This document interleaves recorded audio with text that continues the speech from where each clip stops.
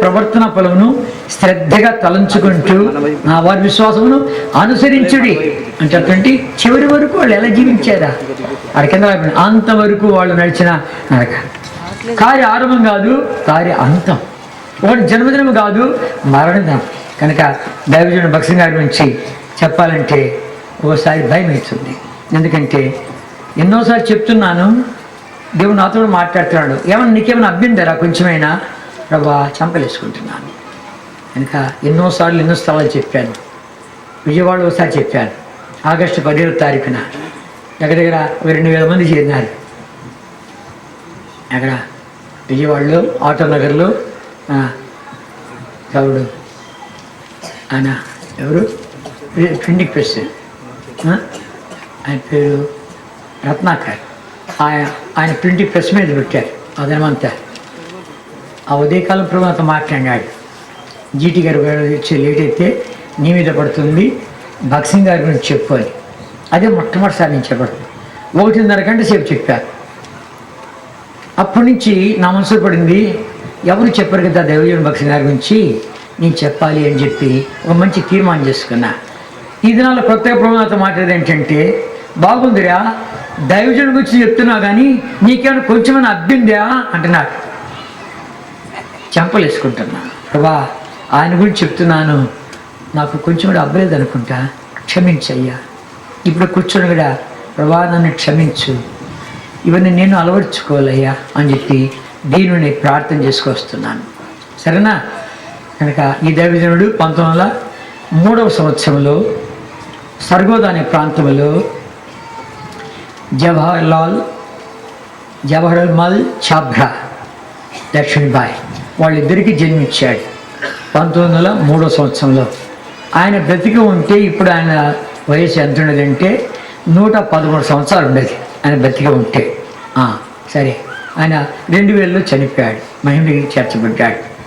ఆయన సిక్కు మతంలో జన్మించాడు, సిక్కు మతులుగా జీవిస్తూ వచ్చాడు.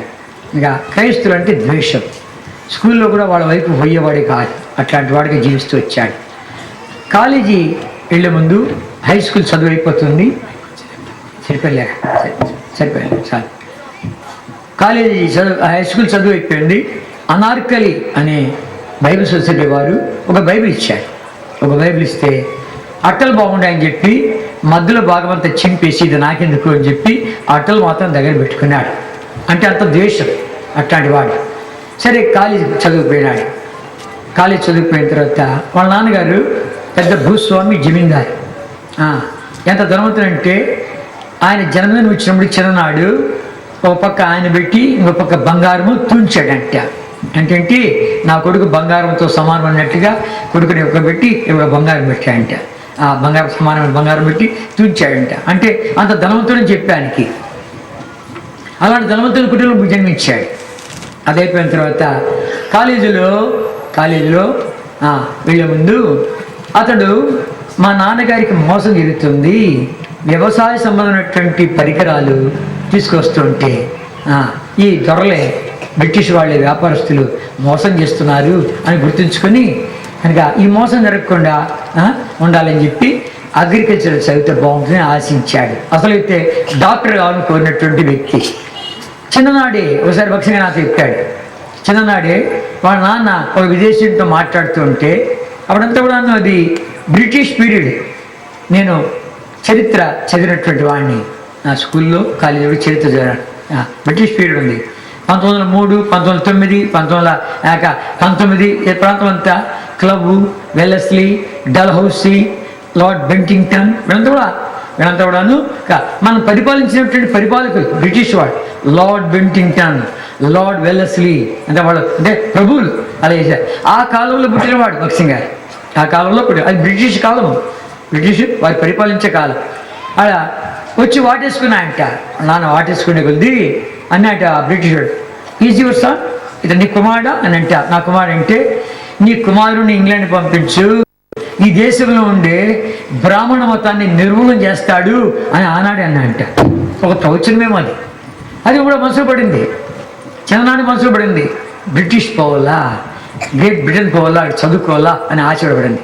కనుక తండ్రితో సమ్మతిస్తున్నాడు కానీ తల్లి సమ్మతించలే. నానా అడిగిపోయినావంటే రకరకాలుగా మారిపోతున్నారా, నువ్వు అలా మారనంటేనే నేను పంపిస్తా, లేక లేదు అని చెప్పి ఎన్నెన్నో ప్రమాణాలు చేయించుకొని పంపిస్తే అక్కడ ఏమైంది, అక్కడ వాళ్ళ పద్ధతులను నేర్చుకోవడానికి ఒక మంచి స్నేహితుడు దొరికాడు. దొరికి రే ఇట్లుంటే బాధపడవు, మీ నాన్న చెప్పి దొంగ లెక్కల్లో చెప్పి డబ్బు చెప్పించుకో, కనుక ఇక్కడంతా కూడాను సూట్లు, బూట్లు, హ్యాట్లు, కోట్లు, టైలు అని కట్టుకోవాలా ఏమనుకుంటేవి, ఇలా ఈ పద్ధతులే వేరే, కనుక ఇక గడ్డమ చౌరు తల పెట్టుకొని చౌరం చేసుకో, ఇవన్నీ పనికిరాదు ఇక్కడ అని చెప్పి అన్నీ తీయించేశాడు. సిగరెట్లు, తాగుడు, బిగుడు అన్నీ అలవాటు చేయించేశాడు. ఎక్కువ డబ్బు తెప్పించుకునేట్టుగా దొంగ లెక్కలు రాస్తూ వచ్చాడు. కనుక సిగరెట్ కేసే బంగారు కేసు అట్టాంటి పెట్టుకునేట్టుగా అంత జోరుగా ఉండాలని వాళ్ళతో నేను తీసిపోయేవాడిని కాదు అని జీవిస్తూ వచ్చాడు. అగ్రికల్చర్ ఇంజనీరింగ్ చదివినాడు. అక్కడ సొంత డబ్బుతో చదువుతూ ఉంటుండగా వాళ్ళకు ప్రాక్టికల్స్ వచ్చాయి. ప్రాక్టికల్స్ అంటే కన్నా ప్రయోగాత్మకంగా చదివినారు. దీన్ని పొలంలో పోయి చేయాల, దానికి కెనడా దేశానికి పోవాలా అని చెప్పి అన్నాడు. కెనడా దేశానికి వెళ్ళాలంటే ఇండియా వాళ్ళు కెనడా వాళ్ళు కొంచెం చిన్నచూపు చూస్తారు అని చెప్పి, నీ ఇష్టం పోతే ఆడవాళ్ళు చిన్నచూపు చూసినా బాధపడద్దు అనేది బోర్డులో రాశారంట. ఎందుకు మన చిన్నచూపు చూసింది వాళ్ళకి నేను తీసిపోతానా అని చెప్పింది. పోతాను కెనడా దేశానికి అని చెప్పి ఓడలో ప్రయాణం పెడుతుంటే ఆ ఓడలో ఏం జరుగుతుంది, ఆ ఓడలో ప్రయాణం అయిపోతుంటే వాళ్ళు ఏం చేస్తే నేను చేస్తా, వాళ్ళు డ్యాన్స్ ఆడితే నేను డ్యాన్స్ ఆడతా, వాళ్ళు తాగితే నేను తాగుతా, వాళ్ళు సీటు తాగుతా నేను తాగుతా, వాళ్ళు సీటు పక్కన నేను ఆడతా, వాళ్ళకి తీసిపోను అని చెప్పి అన్ని రంగాల్లో మునిగి తేలుతూ వచ్చాడు. ఆదివారం వచ్చింది, ఆవిడ గుడి ఉంది ఓడలోనే. ఓడ అంటే పెద్ద పట్టణం మాదిరి ఉంటుంది, అంత పెద్ద ఓడ. ఆ ఓడలో ఒక చర్చ్ ఉంది. ఆ చర్చిలో ఇంకా ఆదివారం నాడు అందరూ మీటింగ్ జరిగింది. అందరూ కూర్చున్నారు. అందరూ కూర్చుంటే వాడు నిలబడి పాట పాడితే నిలబడుతున్నాడు, కూర్చుంటున్నాడు. వాడు పాట పాడుతా చూస్తా ఉన్నాడు. ప్రసన్నం చేస్తా ఉంటే నిద్రపోయినాడు. నాకెందుకు లేదు అని నిద్రపోయినాడు. అని నిద్రపోయిన తర్వాత ఇంకా ప్రార్థన చేస్తామంటే అందరూ కూర్చుని చెప్పి మోకాళ్ళకి వస్తున్నారు. మోకాళ్ళకి వస్తుంటే ఇన్ని కళ్ళు చూసి వెళ్ది, ఈ పక్కడు మోకాళ్ళు ఉన్నాడు, ఈ పక్కడు మోకాళ్ళు ఉన్నాడు, వెనక అందరూ మోకాళ్ళు ఉన్నాడు. ఏం చేయాలి అర్థం కాలే. నేను ఈ యమతస్తుడిని ఎప్పుడు తొందర పెట్టలేదు, నాకెందుకు వచ్చింది, సరే లేచిపోలే అని చెప్పి మోకాళ్ళకి వచ్చాయంట. మోకాళ్ళకి రాగానే అన్నాడు, యేసుక్రీస్తు ప్రభువా నువ్వు జీవంగల వాడు, యేసుక్రీస్తు ప్రభువా నువ్వు జీవంగల దేవుడు అని చెప్పి గబగబ 4-5 మాటలు వచ్చేసాయంట. అలాగే వాళ్ళందరూ ఎవరైనా చూశారు కానీ ఈయన తొందర పెట్టలేదంట. కనుక అప్పటి నుంచి యేసు ప్రభు అనే మాట ఒక మధురంగా ఉందంట. అక్కడ పోయినారు, కెనడా దేశానికి వెళ్ళారు. కెనడా దేశానికి వెళ్ళిన తర్వాత అక్కడ స్నేహితుని అడిగాడు, నాకు బైబిల్ ఇస్తావా, నేను చదవాలని కోరుతున్నాను అంటే, అదే మీరు ఇష్టపడరు కదా బైబిల్ అంటే. అవును నిజమే, అయితే నాకు యేసుక్రీస్తుడు నామం ఉంటే ఇది కొంచెం మధురంగా ఉంది, స్వీట్గా ఉంది, నేను చదవాలంటే కొత్త నిబంధన ఇచ్చాడు. YMCA అనే బిల్డింగ్లో వినిపెగ్ అనే పట్టణంలో కెనడా దేశంలో 1929లో కొత్త నిబంధన చదువుతున్నాడు. కొత్త నిబంధన చదువుతూ ఉంటుండగా ఇది మంచి పుస్తకమే కానీ ఇది నాకు కాదు అన్నాడు. నాకు కాదు కానీ ఇది నీకు కూడా అని స్వరం వినబడుతుంది. ఆశ్చర్యపోయాడు. వెంటనే నల్లన్న మచ్చలన్నీ తయారైనాయి శరీరం మీద, అందులో దుర్వాసన వస్తుంది. భక్సింగ్ నువ్వు చూస్తున్నటువంటి నల్లని మచ్చలన్నీ ఇవన్నీ కూడాను నీ పాపమును బట్టి, అందులో వచ్చే దుర్వాసన నీ పాప కారణం చేత అనగానే అదిరిపోయాడు. నిజమే దేవా, నాకు డబ్బుది కానీ నా జీవితంతో ఓడిపోయింది, చదువుంది కానీ అంత శరీరం పాడు చేసుకున్నా కనుక ఓడిపోయినా, అట్లాంటి జీవితం నాది. నా గురువును మోసం చేశా, మా తల్లిదండ్రులు మోసం చేశా, అబద్ధాలు చెప్పినా కనుక ఇంతగా దొంగ లెక్కలు చెప్పా, అక్కడి డబ్బు తెప్పించుకున్నా, మోసం చేశా, ఇవన్నీ ఒప్పుకుంటూ ఉంటే భక్సింగ్ ఇది నీ పాప నిమిత్తమై విడబడిన నా శరీరము, ఇది నీ పాప పరిహార్థమై చెందింపడిన నిబంధన రక్తము అని ఆ స్వరం వచ్చిందంట. ప్రభువా ఈ మాటలు నాకు అర్థం కావట్లేదు, అయినా ఇట్లాంటి మాటలు ఎవడు పలకడు కనుక ఇది అర్థం కానప్పటికీ నమ్ముచున్నాను అన్నాడు. భక్సింగ్ నీ పాపాలు క్షమించబడ్డాయి, వెళ్ళు అన్నాడు. తిరిగి తీసి చూశాడంట. చూస్తే మంచు పడుతుందంట. మంచు అంటే మన దేశంలో పడే మనుషులు కాదు. ఆ మంచు ఎట్లాంటిది ఐసే. మనం పటాలు చూస్తుంటాం, చెట్ల మీద, ఇండ్ల మీద, రోడ్ల మీద, ఎక్కడ పడితే అక్కడ అంతా ఐసు పెళ్ళ పడినట్లు ఉంటుంది, ఐసు మంచు. భక్సి నీ హృదయాన్ని ఇలా తెల్లగా చేశానంట, పరమానువర్తులైపోయాయంట.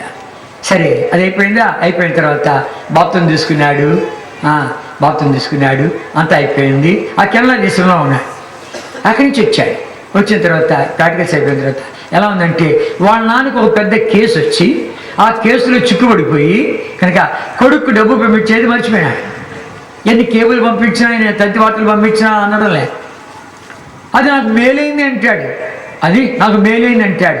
కనుక ఆ కారణం చేత ఇప్పుడు నేను విశ్వాస జీవితంలో జీవించాల్సి వచ్చింది, విశ్వాసగా జీవించవలసి వచ్చింది. ఎన్ని కష్టాలు పడ్డాను, అయినా వాటన్నిటిలో సడగలేదు, గొడగలేదు.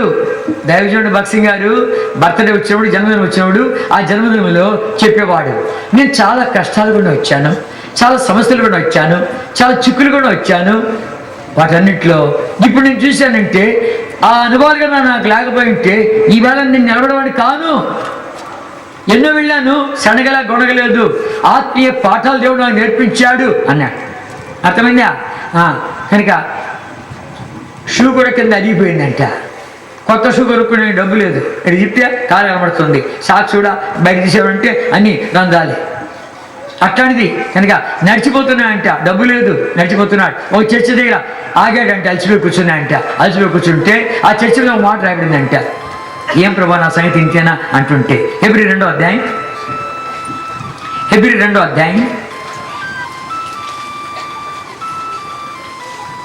18వ వచనం, తాను శోధింపబడి శ్రమ పొందిన గనుక శోధింపబడి వారికి సహాయం చేయగలవాడై ఉన్నాడు. చూసేట్టుంది, శోధింపడికి సహాయం చేయాలి. శక్తివంతుడు, ఈజ్ ఏబుల్ టు, శక్తివంతుడు. కనుక ఈ వాక్యం చదవగానే ఎంత ధైర్యం వచ్చింది, అంత ధైర్యం వచ్చిందంట. కనుక నాన్నకి ఏమైనా రాస్తాం ఉత్తరం ఒకటి, డబ్బు లేదు అని చెప్పి ఆ కోట అంతా వెతికితే ఓ నాణ్యం దొరికిందంట. తను ఎవరింట్లో ఉన్నాడో ఆ ఇంటి వాడి పిల్లలను పిలిచి కనుక ఈ నాణ్యం తీసుకొని పోయి, నాన్న కొన్ని స్టాంపులు తీసుకుని నాకు అని చెప్పి పంపిస్తే కాసేపటికి వాళ్ళమ్మ పరిగెత్త వచ్చింది. ఏంటి చిన్నోడికి ఇట్టాడు నాణ్యం ఇచ్చావు, ఈ నాణ్యం దొరుకుతుందని చెప్పి నేను ఎన్నో కాలం నుంచి వెతుకుతూ ఉంటున్నాను, ఇది బంగారు నాణ్యం కానీ ఎక్కడిది నీకు, తీసుకో, నీకు కావాల్సిన డబ్బులు ఇస్తా అని చెప్పి డబ్బు ఇచ్చిందంట. అది ఎక్కడదో జోబులో, ఎక్కడ అంతకాలం ఉందేమో తెలియదు. కానీ చూస్తే ఆశ్చర్యం, ఆర్తిగా అక్కడ తీస్తున్నాడు. ఒకసారి పోలీసుడు ఉద్యోగం చేశాయంట. పోలీసుడు ఉద్యోగం అంటే సెక్యూరిటీగా తుపాకి ఇచ్చారు, పోలీస్ డ్రెస్ వేశారు, ఒక డబ్బు ఇక్కడి నుంచి అక్కడికి వెళ్ళాలంట, 2 సెక్యూరిటీ గార్డులు వెళ్ళాలా, దాంట్లో పనిచేశాడు. అర్థమైందా? వంటోడుగా పనిచేశాడంట, వంటోడు పనిచేశాడు. అక్కడ ఈ పని ఆ పని కాదు, చెప్పులు కుడితే వీడు, బట్టలు కుడితే వీడు, ఇంకా వాడు క్షౌరం చేస్తే వాడు అని మనం పేర్లు పెట్టుకోవడం, అట్లాంటి పేర్లు అక్కడ.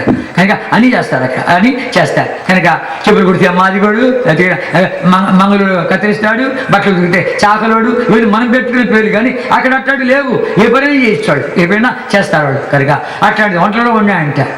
ఇవన్నీ చేశాడు. ఇవన్నీ చేసినటువంటి వాడు చెప్తున్నాడు, నేను ప్రభు మీద ఆధారపడుతూ వచ్చాను. ఆ వంటలు వండుతుంటే ప్రభా ఎంత ఉప్పు ఏమంటావు, కనుక ఎంత కారం ఏమంటావు అని అడుగుతూ వేస్తూ వచ్చాయంట. అర్థమైందా? ఒకసారి భక్సింగ్ గారు చాలా బాగలేని కాలం వచ్చింది, పడకలో ఉంటున్నాడు. 84, 85 ఆ ప్రాంతంలో ఆయన దగ్గర మేము పండుకున్నాం. తెల్లవారుజాము 2 గంటలు లేచాడు. తిమోతి టీ అన్నాడు. నేను ప్రదీప్ని లేపాను, రే ప్రదీప్ టీ అడుగుతున్నాడు రా అని వెళ్ది. టైం చూస్తే 2 గంటలు. వాడు ఏం చేశాడు, ఒక గ్లాస్ నీళ్ళు తాపించేసి శుభ్రంగా పడబెట్టాడు. అప్పుడు మాట కూడా రకరకాలుగా ఉంది, మాట కూడా రకరకాలుగా ఉంది. అనారోగ్య పరిస్థితులు 84 నుంచి ఆయన జబ్బున పడ్డాడు. ఆ మాట కూడా అట్లే ఉంటుంది. మేము ఆయన దగ్గర ఉన్నాం కాబట్టి కాస్త కోస్త అర్థం చేసుకుంటూ ఉంటాం. కనుక టీ అడుగుతున్నాడంటే నీళ్ళు తాపించి పండుబెట్టాడు. పోతూ పోలే నీళ్ళు తాపించాడు, పండుబెట్టాడు అనుకుంటే మళ్ళీ కాసేపు లేసి తిమోతి టీ అన్నాడు. అమ్మా నాయన మర్చిపోలేదే అని చెప్పి గుర్రలు పెట్టి నిద్రపోతున్నాడు ప్రదీప్. ఇది కుదిరేది కాదు, నేనే పోయి చేస్తాను, ఇచ్చేస్తాను అని చెప్పి వంటశాలకు వెళ్ళాను. నాకు వంట రాదు, నాకు వంట అసలు రాదు. అయితే ఏం చేశాను, స్టవ్ వెలిగించాను, నీళ్లు కాంచాను. రే కూర్చోరా, కూర్చో కూర్చో. నీళ్ళు కాంచిన తర్వాత ఏం చేశాను, ప్రభా టీ పొడి ఆడుంది నా తండ్రి అని చెప్పి అన్ని డబ్బాలు చేస్తూ ఉన్నాను. ఒకటి టీ వాసన వచ్చాను, ఇదే ఉంటుందిలే అనుకున్నా. ప్రభా ఎంతేమంటే చెప్పు నాయన. భక్సింగ్ గారు కూడా వంట వండేటప్పుడు అడిగాడంట ఎంతేమని చెప్పి, ప్రభా అదే దేవుడు మీద నాకు సహాయపడని చెప్పి ఇది తీసుకొని అట్లా కొంచెం మంత్రించండి చేశాను. ఆయన తాగే రంగు నాకు తెలుసు, చూస్తా ఉన్నాం కదా, తేనె రంగులోకి వచ్చింది. అబ్బా చాలా సంతోషించా. అది దించా, తీసుకొని తాపించా. కనుక ఆ మహానుభావుడి దగ్గర కొన్ని నేర్చుకున్నాం టీ ఇచ్చాను తాగబెట్టి పనిపెట్టాను. సరే నేను చెప్పే సంగతి ఏంటంటే అట్లాంటి కార్యాలను చేశాడు ఆ మనుషుడు. చేశాడు. 7 ఏళ్ళ తర్వాత ఇండియాకి వస్తున్నాడు. అప్పటికే తనకి పెళ్ళి అయింది. అదివరకే ఇంగ్లాండ్కి పోయే ముందే పెళ్ళి అయింది. అతని భార్య పేరు రమాబాయ్. ఈ మధ్యకాలంలో ఉత్తరాలు రాస్తున్నాడు వాళ్ళ నాన్నకి ఉర్దూలో రాస్తున్నాడు. వీళ్ళంతా ఉర్దూ మీడియం చదివిన వాళ్ళు. మా అత్తగారు పంజాబీ. మా అత్తగారు ఇప్పటికీ ఉర్దూ భాష చదువుతుంది. ఉర్దూ బైబిల్ ఉంది మా అత్తగారి దగ్గర. బక్సింగ్ గారి దగ్గర కూడా ఉర్దూ బైబిల్ ఉంది. కనుక ఈ ఉర్దూలో రాస్తున్నాడు. నాన్న ఇడితే నేను ప్రభు నమ్మాను, నా జీవితం మారింది అని చెప్పి రెఫరెన్స్లు రాస్తుంటే నీకు ఇవి అర్థం కావు, మన ఊర్లో పాస్టర్ ఉన్నాడు, ఆ చర్చి పో, ఆయన చదువుతాడు, నీకు చెప్తాడు అని చెప్పి రాస్తున్నాడు ఇదివరకు. అట్లాంటిది 7 ఏళ్ళ తర్వాత బొంబాయి పట్టణానికి రాగానే ఎవరు రాలే రిసీవ్ చేశానికి. తల్లిదండ్రులు మాత్రమే వచ్చారు. భార్య రాలే, కొడుకు రాలే, బంధువులు రాలే. 7 ఏళ్ళ తర్వాత ఇండియాకి వస్తూ ఉంటే నాన్న అంటున్నాడు, రే నువ్వు క్రైస్తవుడు అని చెప్పావు, బాగానే ఉంది, ఇంటికి రా, ప్రార్థన చేసుకో, అన్ని ఇంట్లోనే చేసుకో, బైబిల్ చదువుకో, అంత చేసుకో, నేను క్రైస్తవుడు అని చెప్పాకు అని చెప్తే, నాన్న నేను ముక్కు నోరు మూసుకుంటే ఏమైతే చెప్పు అన్నాడు. మా మాట వినవా, నా ప్రభు నా ఊపిరి వంటి వాడు అని చెప్పకుండా ఉండలేను అన్నాడు. ఆ పగడి తీశాడు. పంజాబ్ వాళ్ళు పెద్ద రుమాలు పెట్టుకుంటారు, పెద్ద పగడి కట్టుకుంటారు. చూస్తాను నేను పంజాబ్ వాళ్ళు ఈ లారీలు నడుస్తూ అంటారే వాళ్ళు చూస్తూ ఉంటా పంజాబ్ వాళ్ళను. అది పగడి అంటారు. ఆ పగడి తీసి మనం పేట అంటాం, వాళ్ళు పగడి అంటారు. ఆ పగడి తీసి కాదిరి పెట్టాయంటారు. రాబారా మా మాట వినవా అని అంటారు. వాళ్ళ ప్రాంతంలో ఆ పగడి తీసి కింద పెడితే దానంతా నీచమైన కొట్టలేదంటారు. భక్సింగ్ గారు చెప్పారు, నానా ఆ పని చేయవద్దు అని చెప్పి కేకేశాడు. గద్గద స్వరంతో మాట్లాడతాడు. అది నేను ఆయన మాట్లాడలేకపోయాను తజ్జమాలు గద్గద స్వరంతో. అప్పుడు కన్నీళ్ళు గార్చేస్తాడు. అంత లేదు నాన్న కుదరదు, నేను రాలేను, రావద్దు పోరా అని చెప్పి వెళ్ళిపోతూ ఉంటే ఆవిడ ఇంతకాలం చదివించాడుగా మా నాన్న అని చెప్పి గౌరవార్థంగా నాన్న ఈ డబ్బు తీసుకో అని చెప్పి జోబులో డబ్బు అంతా ఇచ్చేసాడు నాన్నకు. ఇచ్చేసిన తర్వాత ఏం చేశాడు, దాని దగ్గర కొన్ని అణాలు ఉన్నాయి. ఉదయకాలం చెప్పారు అనగా రూపాయలు, అణాలు, పావలాలు, బేడలు, కానులు, చిల్లు కానులు, దమిడీలు అప్పుడు ఉండేటివి. ఆ కొన్ని అణాలు ఉంటే అణాలు తీసుకొని బైబిల్ సొసైటీకి వెళ్ళి కొన్ని స్వార్థలు తీసుకొని ఇక్కడి నుంచి ఇక్కడ పెట్టుకొని ఆ బజార్లు బొంబాయి బజార్లో అమ్ముతున్నాయంట, వాళ్ళకి ఇస్తున్నాయంట. ఎవడన్నా ఏంటి సంగతి చెప్తురా, ఒక కప్పు టీ తాగుతురా అని మాట్లాడుకుంటాం అని తీస్తే ఆ దినానికంతా ఆ కప్పు టీ అంటే భోజనం. ఎవడన్నా బిస్కెట్ తిప్పిస్తే అదేనంట భోజనం. ఆర్థిక ఇక్కడి నుంచి ఏదైనా పెట్టుకొని స్వార్థలు అమ్ముతున్నాడు బొంబాయి పట్టణంలో. ఒకసారి నేను భక్సింగ్ గారు బొంబాయిలో కారులో పోతుంటే తిమోతి మా అమ్మ నాన్న వదిలిపెట్టి వెళ్ళిపోయినారు. అప్పుడు ఏ విశ్వాసీ లేడు, ఏ సంఘం లేరు, ఎవరు లేరు తిమోతి. ఇదే బజారులో ఎన్నిసార్లు ఇక్కడి నుంచి పెట్టుకుని స్వార్థలు అమ్మాను అంటుంటే నా కళ్ళ నీళ్ళు ఇచ్చాయి. కనుక అట్లాంటి వాడు ఈ ఇంగ్లాండ్లో ఈ వంటలు వండుతున్నప్పుడు ఈ వాసన చూసి ఒక దొరసాని ఏమిచ్చింది, ఎవరు ఇండియా వంట చేస్తున్నారే అని చెప్పి లోపలికి వచ్చాను. వంటశాలకు చూస్తే నువ్వు వంట చేస్తాను, ఇండియా వంట నాకు తెలిసినది అని అంటూ ఉంటే, నువ్వు ఎక్కడుంటావు ఏంటి సంగతి అంటే, మేము ఇండియాలో సేవ చేస్తామని చెప్పి వాళ్ళు అంటూ ఉంటే వాళ్ళు అడ్రస్ తీసుకున్నారు. అడ్రస్ తీసుకొని వాళ్ళు జ్ఞాపకం వచ్చి వెళ్ళి వాళ్ళు అడ్రస్ తీసుకొని వాళ్ళు తిరిగిపోయి వెళ్ళి ఆ గేట్ మ్యాన్ అన్నాడు, వాళ్ళు ఇంగ్లాండ్కి వెళ్ళిపోయినారు, ఇక్కడ లేరు అన్నారు. అరే ఏం చేయాలని వెళ్ళిపోతూ ఉంటే ఆడు ఆగింటే ఇంకొక పాస్టర్ గారు ఉండాలని కలుస్తావా అన్నాడు గేట్ మ్యాన్ అని వెళ్ళి, సరే పోదాం అని కలిశాడు. కలుస్తుంటే అవి గుడ్ ఫ్రైడే ఈస్టర్ దినాలు. కలుస్తుంటే ఆయనకి సంగతి చెప్తుంటే, అమ్మ నాకు ఒకవేళ బోధకుడు దొరుకుతాడని చెప్పి నేను తాపత్రపడుతున్నాడా, బయలువడు దొరికాడు నాకు అని చెప్పి గట్టి పట్టుకున్నాడు. నువ్వు బాగుంటుంది అని చెప్పి కనుక ఆయన అక్కడక్కడ తిప్పి వేసాడు. ఇంకా గుడ్ ఫ్రైడే ఈస్టర్ కార్యక్రమాల్లో వాడుకున్న తర్వాత ఒక పెద్ద సభలు జరిగినాయి. ఒక సభలు అది ప్రతి సంవత్సరం జరుగుతాయి. ఆ సభలకు వెళితే ఆ సభకు రావాల్సినటువంటి బోధకుడు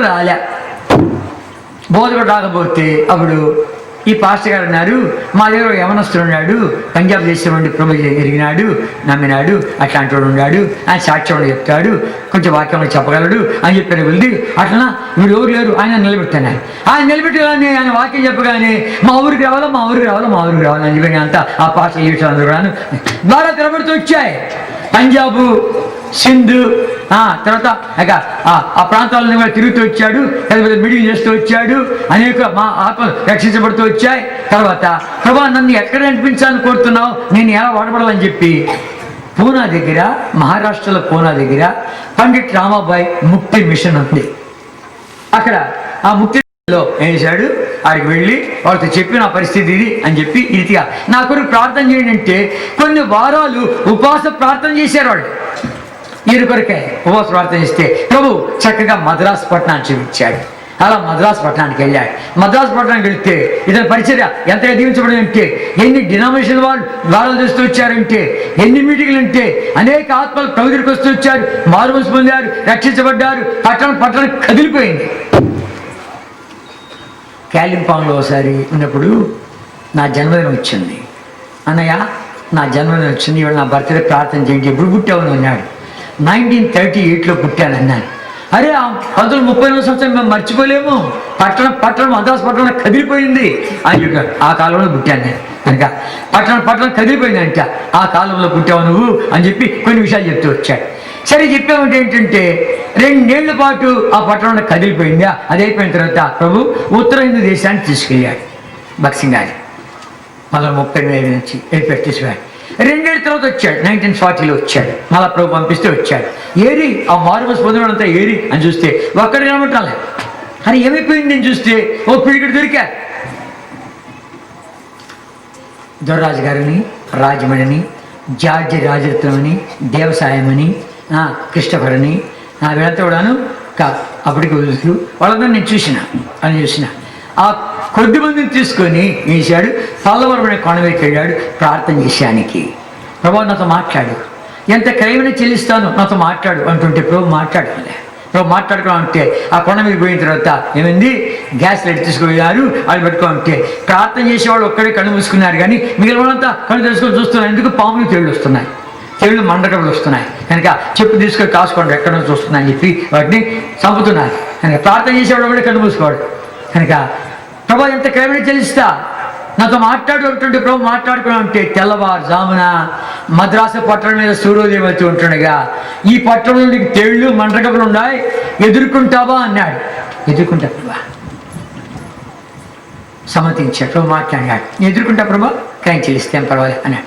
దిగొచ్చాడు కొండ కిందకి వచ్చిన తర్వాత మనం కుటుంబ ప్రార్థన చేసుకుంటామా అని చెప్పి కుటుంబ ప్రార్థన చేసుకున్నారు. అపోస్తల కార్యములు తీసుకున్నారు. అపోస్తల కార్యం 1వ అధ్యాయం 2వ అధ్యాయంలోకి రాగానే 2వ అధ్యాయం 42వ వచనం రాగానే రండి. అపోస్తల కార్యములు 2వ అధ్యాయం 42వ వచనం. అపోస్తల కార్యములు 2వ అధ్యాయం 42వ వచనం చదువుకుంటాం. 2:42 మీరు అపోస్తల బోధ ఎందును, సహవాసం ఎందును, రొట్టె ఎందును, ప్రార్థన చేయడం ఎడతెగక ఉండిరి. ఈ వాక్యం రాగానే ఈ కార్యం చేస్తామా అన్నాడు బక్సింగ్ గారు. ఈ కార్యం చేస్తామన్నాడు అనగానే ఇష్టపడ్డారు. ఒక ఆయన ఒక గుండు దొల్లించుకొచ్చాయంట. ఒక గుండు దొల్లించుకొచ్చి దాని మీద ఈ మద్రాసు వాళ్ళతో పై మీద కండువాలు వేసుకుంటారు. ఆ కండువ తీసి ఇది నుంచి దాని మీద కప్పాడంట. ఇంకొక ఆయన పరిగెత్త వెళ్ళి 2 నాన్ రొట్టెలు తీసుకొచ్చాయంట. ఇంకొక ఆయన పరిగెత్త వెళ్ళి 2 గ్లాసుల నిమ్మరసం తీసుకొచ్చాయంట. దాని మీద ఇంకొక ఆయన పై మీద కండువ కప్పాయంట. అది వాళ్ళ మొట్టమొదటి బల్ల. ఆరాధించ మొదలుపెట్టారండి. చుట్టూ చేరి ఆరాధిస్తూ ఉంటే ఎన్ని గంటలు అక్కడున్నా మాకు తెలీదు. తన్మయమైపోయాము, పరవశించాము, ప్రభుతో లీనమైపోయాము. మేము ఎక్కడున్నా మాకే తెలీదు. అలా మేము దాంట్లో లీనమైపోయాం. ఒక ఆయన కళ్ళు తెచ్చి చూసాయంట. ఏం చెప్తూ చూస్తామని చెప్తే తెల్లని మేఘం కమ్మింటే భయపడి మన కళ్ళు మూసుకున్నాయంట. అర్థమైందా? అక్కడ ప్రభు మాట్లాడుతున్నాడు, ఈ రీతిగా నీవు ఒక ఇల్లు అద్దెకి తీసుకో, బైబిల్ స్టడీ స్టార్ట్ చేయి, బాప్టిజం ఈ బల్ల సెంటర్లో పెట్టు, సహోదరుల వైపు కూర్చోబెట్టు, సహోదరులు ఇంకో వైపు కూర్చోబెట్టు, ఆరాధన కొరకని 4 మాటలు చెప్పు, వాళ్ళు నన్ను ప్రేమించాలి, ఒక్కొక్కరు ప్రేమించడానికి అవకాశమి, ఒక్కొక్కరు నన్ను స్తుతించడానికి అవకాశమి. ఇది ఈ ప్రత్యక్షత అంతా ఆ పల్లవరం కొండ కింద పొందినటువంటి ప్రత్యక్షత. అర్థమైందా? ఒట్టుడికి వచ్చేది కాదు. ఇప్పుడు ఏమన్నా కొంచెం బెడిస్తే ఉంటాడు కనుక నీ ఇంట్లో కాకపోతే నా ఇంట్లో పెట్టుకుంటా పో, ఆ బజార్కి ఈ బజార్ పెట్టుకుంటా పో, అట్లయిపోయింది. ఇప్పుడు ఎట్లా ఉన్నాడు, మా ఇంట్లో పెట్టుకుంటాం, మా ఊర్లో పెట్టుకుంటాం, మీతో మా పొత్తొద్దు, రకరకాలుగా ఇన్ని తయారైపోతూ వచ్చినాయి. అసలు సంగతి తెలియకోకుండా ఎంత క్రైమ్ చెల్లించారు, ఏం చేశారు. అయిపోయిన తర్వాత ఒక చిన్న గది ఒకటి అద్దెకి తీసుకున్నారు. అద్దెకి తీసుకుని దాంట్లో బైబిల్ స్టడీ స్టార్ట్ చేశారు. కొంతమంది వస్తూ వచ్చేవాళ్ళు బైబిల్ స్టడీ స్టార్ట్ చేసేగలది. బాప్తిజం గురించి మాట్లాడితే ఒక్కటి ఇష్టపడ్డాయంట, నేను బాప్తిజం తీసుకుంటాను అని. సరే వాళ్ళు బాప్తిజం ఇస్తామంటే వాళ్ళు ఉన్నటువంటి ఆ ఇంటి ముందు చిన్న తోట ఉందంట, ఆ తోటకు నీళ్లు పోసానికి చిన్న తొట్టి ఒకటి ఉందంట. ఆ తొట్టిలో వాడు బాప్తిజం ఇవ్వాలి. తొట్టెమో చిన్నది ఉందంట, బాప్తిజం తీసుకుంటే పొడుగ్గా ఉన్నాయంట.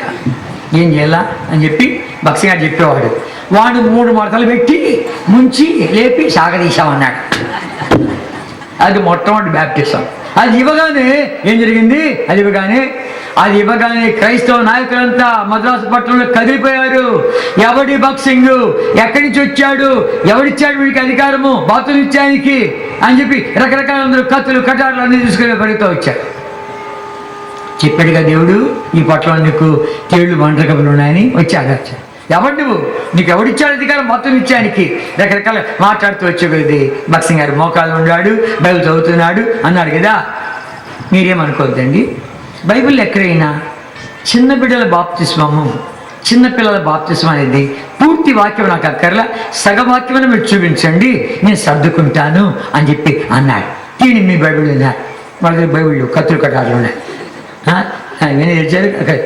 కానీ మీ బైబిల్ తీసుకొస్తే నేను మాట్లాడతాను అంటే పోయినారంట, ఎంతవరకు రాలేదంట. అన్ని ద్వారాలు మూసేశారు, అన్ని సంస్థలు తెచ్చినటువంటి వాళ్ళు గుంపులు వచ్చారు, అనేక మంది మారుమూసి పొందారు, రక్షించబడ్డారు. అట్లాంటిది ఇప్పుడు అన్ని సంస్థలు మూసేశారు. బాక్సింగ్ గారి మీటింగ్ ఎవరైనా వెళ్ళారంటే, బాప్తిజం తీసుకున్నారంటే మా మిషన్లో ఉన్నటువంటి ఉద్యోగాలు మీరు తీసేస్తాం, మా మిషన్ ఫీల్డ్లో ఉన్నటువంటి ఇళ్ళు మీరు ఉన్నారు, ఆ ఇళ్ళని తరిమేస్తాం, మీ పెళ్ళిళ్ళు ఓడి చేస్తారు, సమాధులు ఓడి చేస్తారు, రకరకాలుగా మాట్లాడేవాళ్ళు తయారయ్యారు. క్రైవత కూడా ఉంది.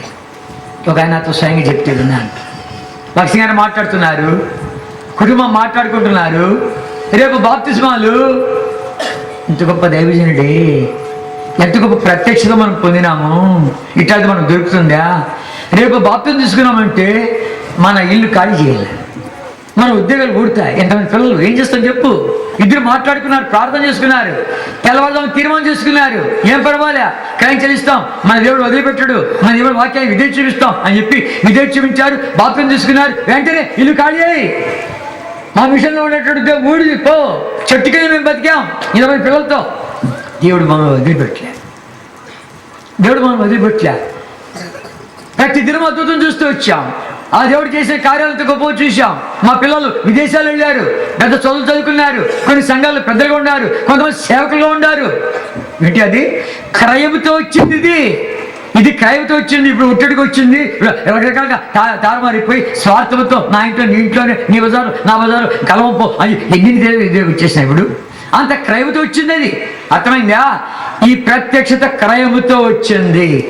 అర్థమైందా? అక్కడి నుంచి నెమ్మదిగా త్వరగా చెప్పేస్తున్నాను. అక్కడి నుంచి నెమ్మదిగా హైదరాబాద్కి వచ్చింది.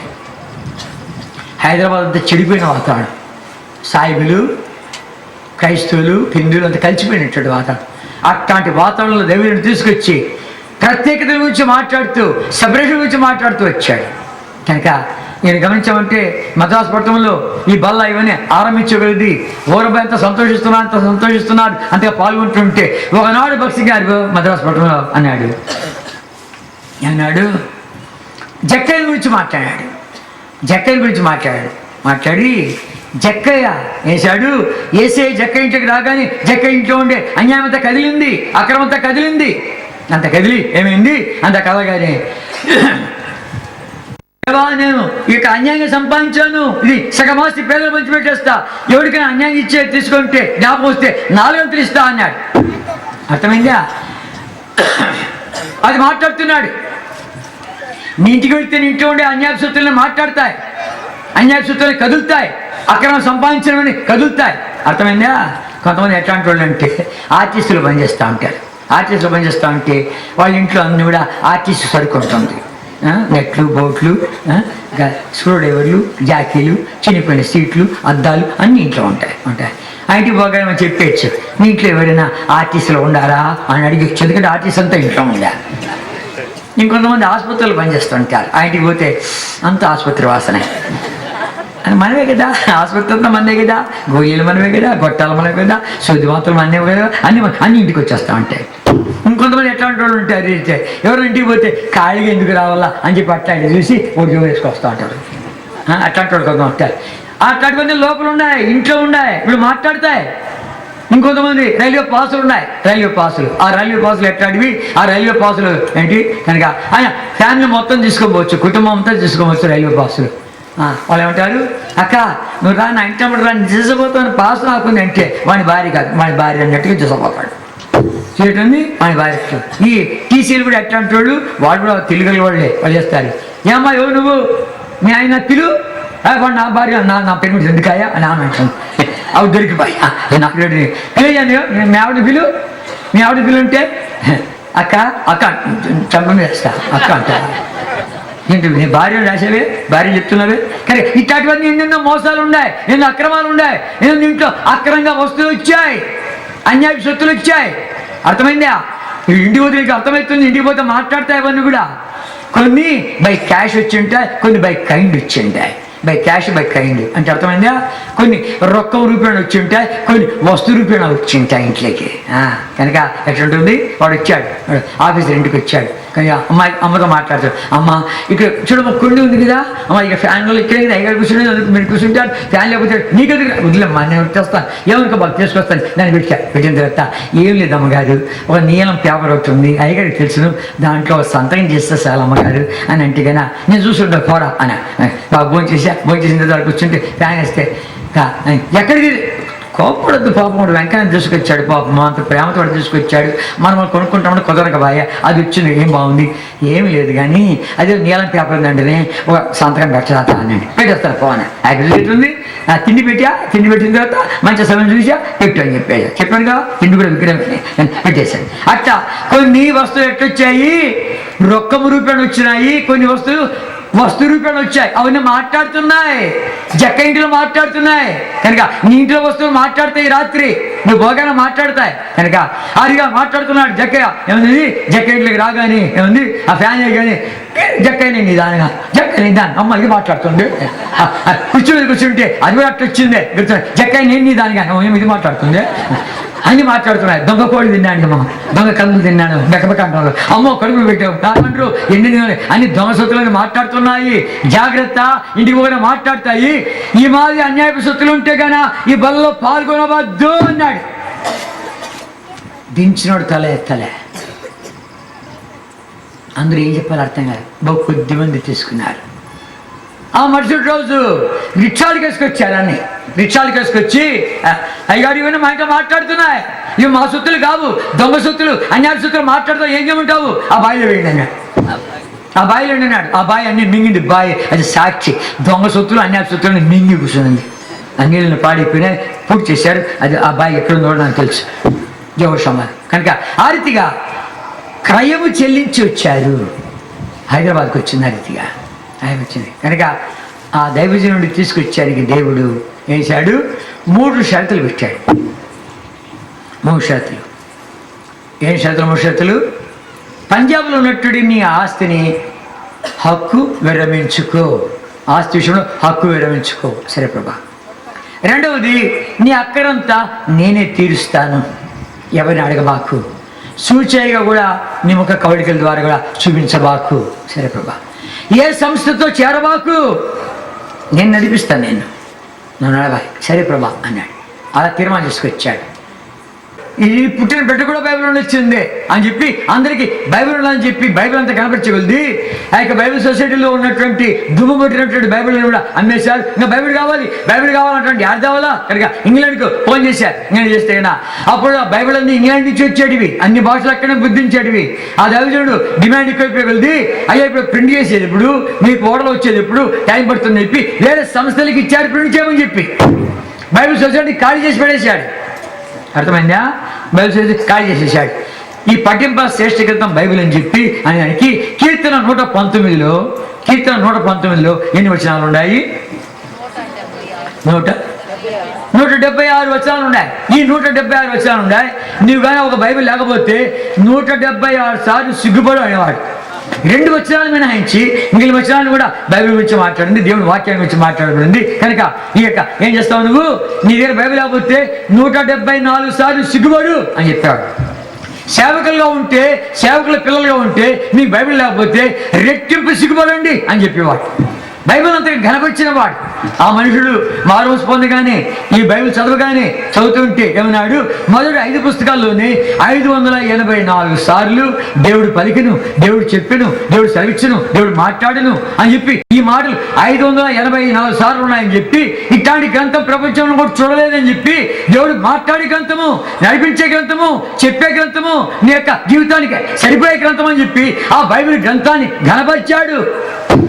ఈ బైబిల్ ఎంటబడి తీసుకోబో అడిగిపోయినప్పటికీ కనుక దాని కొరకే సంచులు ఇచ్చాయి. ఆ సంచులు బైబిల్ తీసుకుని పైకి మనం చెదర మాట్లాడుకోకుండా చదువు, ఈ గ్రంథాన్ని చదువుతురా, కంఠస్థం చేయి అని చెప్పి బైబిల్ కనపరుస్తూ ఇచ్చాడు. నీ ఇంట్లో ప్రతి ఒక్కడికి బైబిల్ ఉండదా?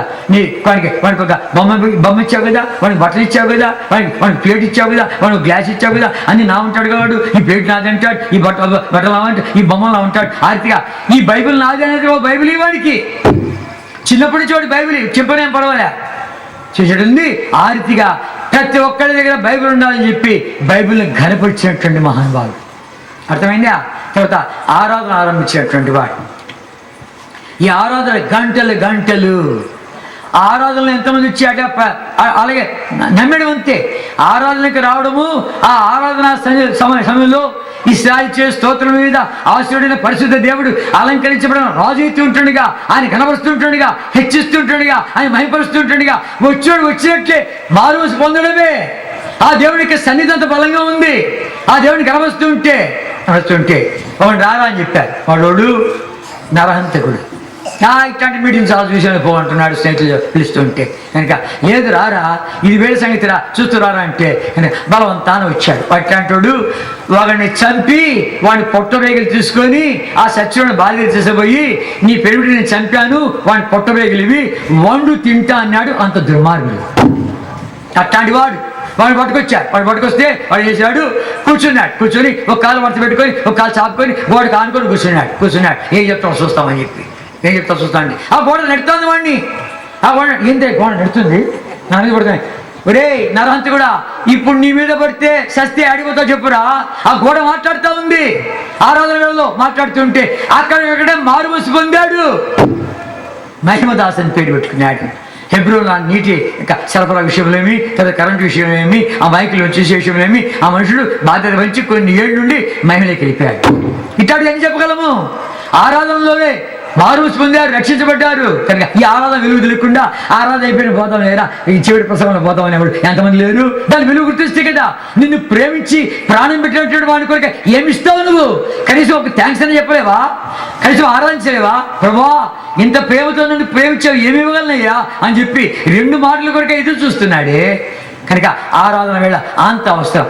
మద్రాసు పట్టణంలో ఆరాధనకి నేను వెళ్ళాను 64లో చూస్తామని చెప్పి వెళితే వాళ్ళు ఆరాధన చూసి వెళ్ళి తన్మణి అయిపోయినా, కళ్ళ నీళ్ళు వచ్చేసాయి. నాకు ఏం చెప్పాలో అర్థం కాకపోయింది. నాకు అర్థం కాకపోయింది. గొప్ప దైవజనులు ఆయనకి చేతికిస్తూ వచ్చాడు. వాయిద్యగాడిని ఇచ్చాడు, తర్జుమా చేసేవాడిని ఇచ్చాడు, పాటగాడిని ఇచ్చాడు. ఎంతమంది ఇచ్చాడు? ఎందుకంటే ఆ దేవుడికి అంత ఇష్టంగా ఉంది, ఆయన జీవితం అంత ప్రీతికరంగా ఉంది కాబట్టి, అంత ఇష్టంగా ఉంది కాబట్టి అందరూ ఇచ్చాడు. వాయిద్యగాడు ఇచ్చాడు, తర్జుమా చేసేవాళ్ళు వచ్చారు, పాట కట్టేవాళ్ళు వచ్చారు, గాయకులు వచ్చారు, ఇంతలో వచ్చారు. సమాజం వచ్చేసింది. మేము అనుకునేవాళ్ళము, కుర్రోళ్ళు మాట్లాడుకునేవాళ్ళము. భక్సి గారు అడుగులోకి పోయి నిలబడి బైబిల్ తెచ్చాయంటే ఎక్కడి నుంచి వస్తాడు కానీ వాయిద్యవాడు వచ్చేస్తాడు, తర్జుమా చేసేవాడు వచ్చేస్తాడు, సమాజం కూడా వచ్చేస్తుంది అనేవాళ్ళు మేము. ఎందుకంటే అది చూసాం కదా మేము. దేవుడు అంతగా ఆయన వాడుకుంటూ వచ్చాడు, అంత గొప్పగా బలమైనదిగా వాడుతూ వచ్చాడు. ఎట్లాంటి గాయకులు ఇచ్చాడు? రేడియో గాయకులు అట్లాంటి వాళ్ళని ఇచ్చాడు. వాళ్ళు రేడియోలు పోతే పైకి వెళ్ళిపోతారు, అట్లాంటి వాళ్ళని ఇచ్చాడు. తర్జుమా చేసేవాళ్ళని ఇచ్చాడు, పాటలు కట్టేవాళ్ళని ఇచ్చాడు, పాటలు రాసేవాళ్ళని ఇచ్చాడు. మోసస్ జాన్ అని ఆయన ఉన్నాడు. ఆయన ట్యానుల్లో తర్జుమా చేస్తాడు. ఆయన ట్యానుల్లో తర్జుమా చేస్తూ ఉంటాడు. ఈ వర్తమానం మీద ఒక పాట లోపల కడతానే ఉంటాడు. అర్థమైందా? పాటకు అర్థం అంటాడు. అన్నయ్య ఇప్పుడు ఇచ్చిన వర్తమైన పాట పాడతానంటే పాడంటాడు, పాడేస్తాడు. 4 చరణాలు పాడేస్తాడు. అర్థమైందా? అట్లాంటి వాళ్ళు ఇచ్చాడు. నేటి దిన మన యొక్క మన పాడే పాటలన్నీ ఎక్కడి నుంచి వచ్చాయనుకుంటేవి ఈ డిగ్రీ డిగ్రీ చివి పాడు కాదు. అవి దైవాత్మ ప్రేరేపణతో వాక్య వెలుగులో వాక్యాలు ఆధారం చేసుకొని వర్తమానం ఆధారం చేసుకొని వచ్చినటువంటి వాక్యాలు అవన్నీ పాటలోనే అవన్నీ. కనుక ఇంకో దాసుడు ఉన్నాడు. ఆయన అంటాడు వర్తమానం కానీ అన్నయ్య నేను ఆ గేట్ వరకు నడిచి వస్తానని చెప్పి ఆ గేట్ వరకు వెళ్ళి అక్కడి నుంచి 4 చరణాలు పాడుకుంటూ వస్తాడు. దేని గురించి? ఇచ్చిన వర్తమానం మీద. అలాంటి వర్తమానాల మీద పాడిన పాటలు ఇవన్నీ. అర్థమైందా? అట్లాంటి దైవజనులు ఇచ్చాడు, అట్లాంటి రాగాలు ఇచ్చాడు, తర్జుమా చేసేవాడు ఇచ్చాడు. కనుక ఏం చేశాడు? అంత గొప్పదైనటువంటి కార్యం గావించబడుతూ వచ్చింది ఆ మహానుభావుడు గారు.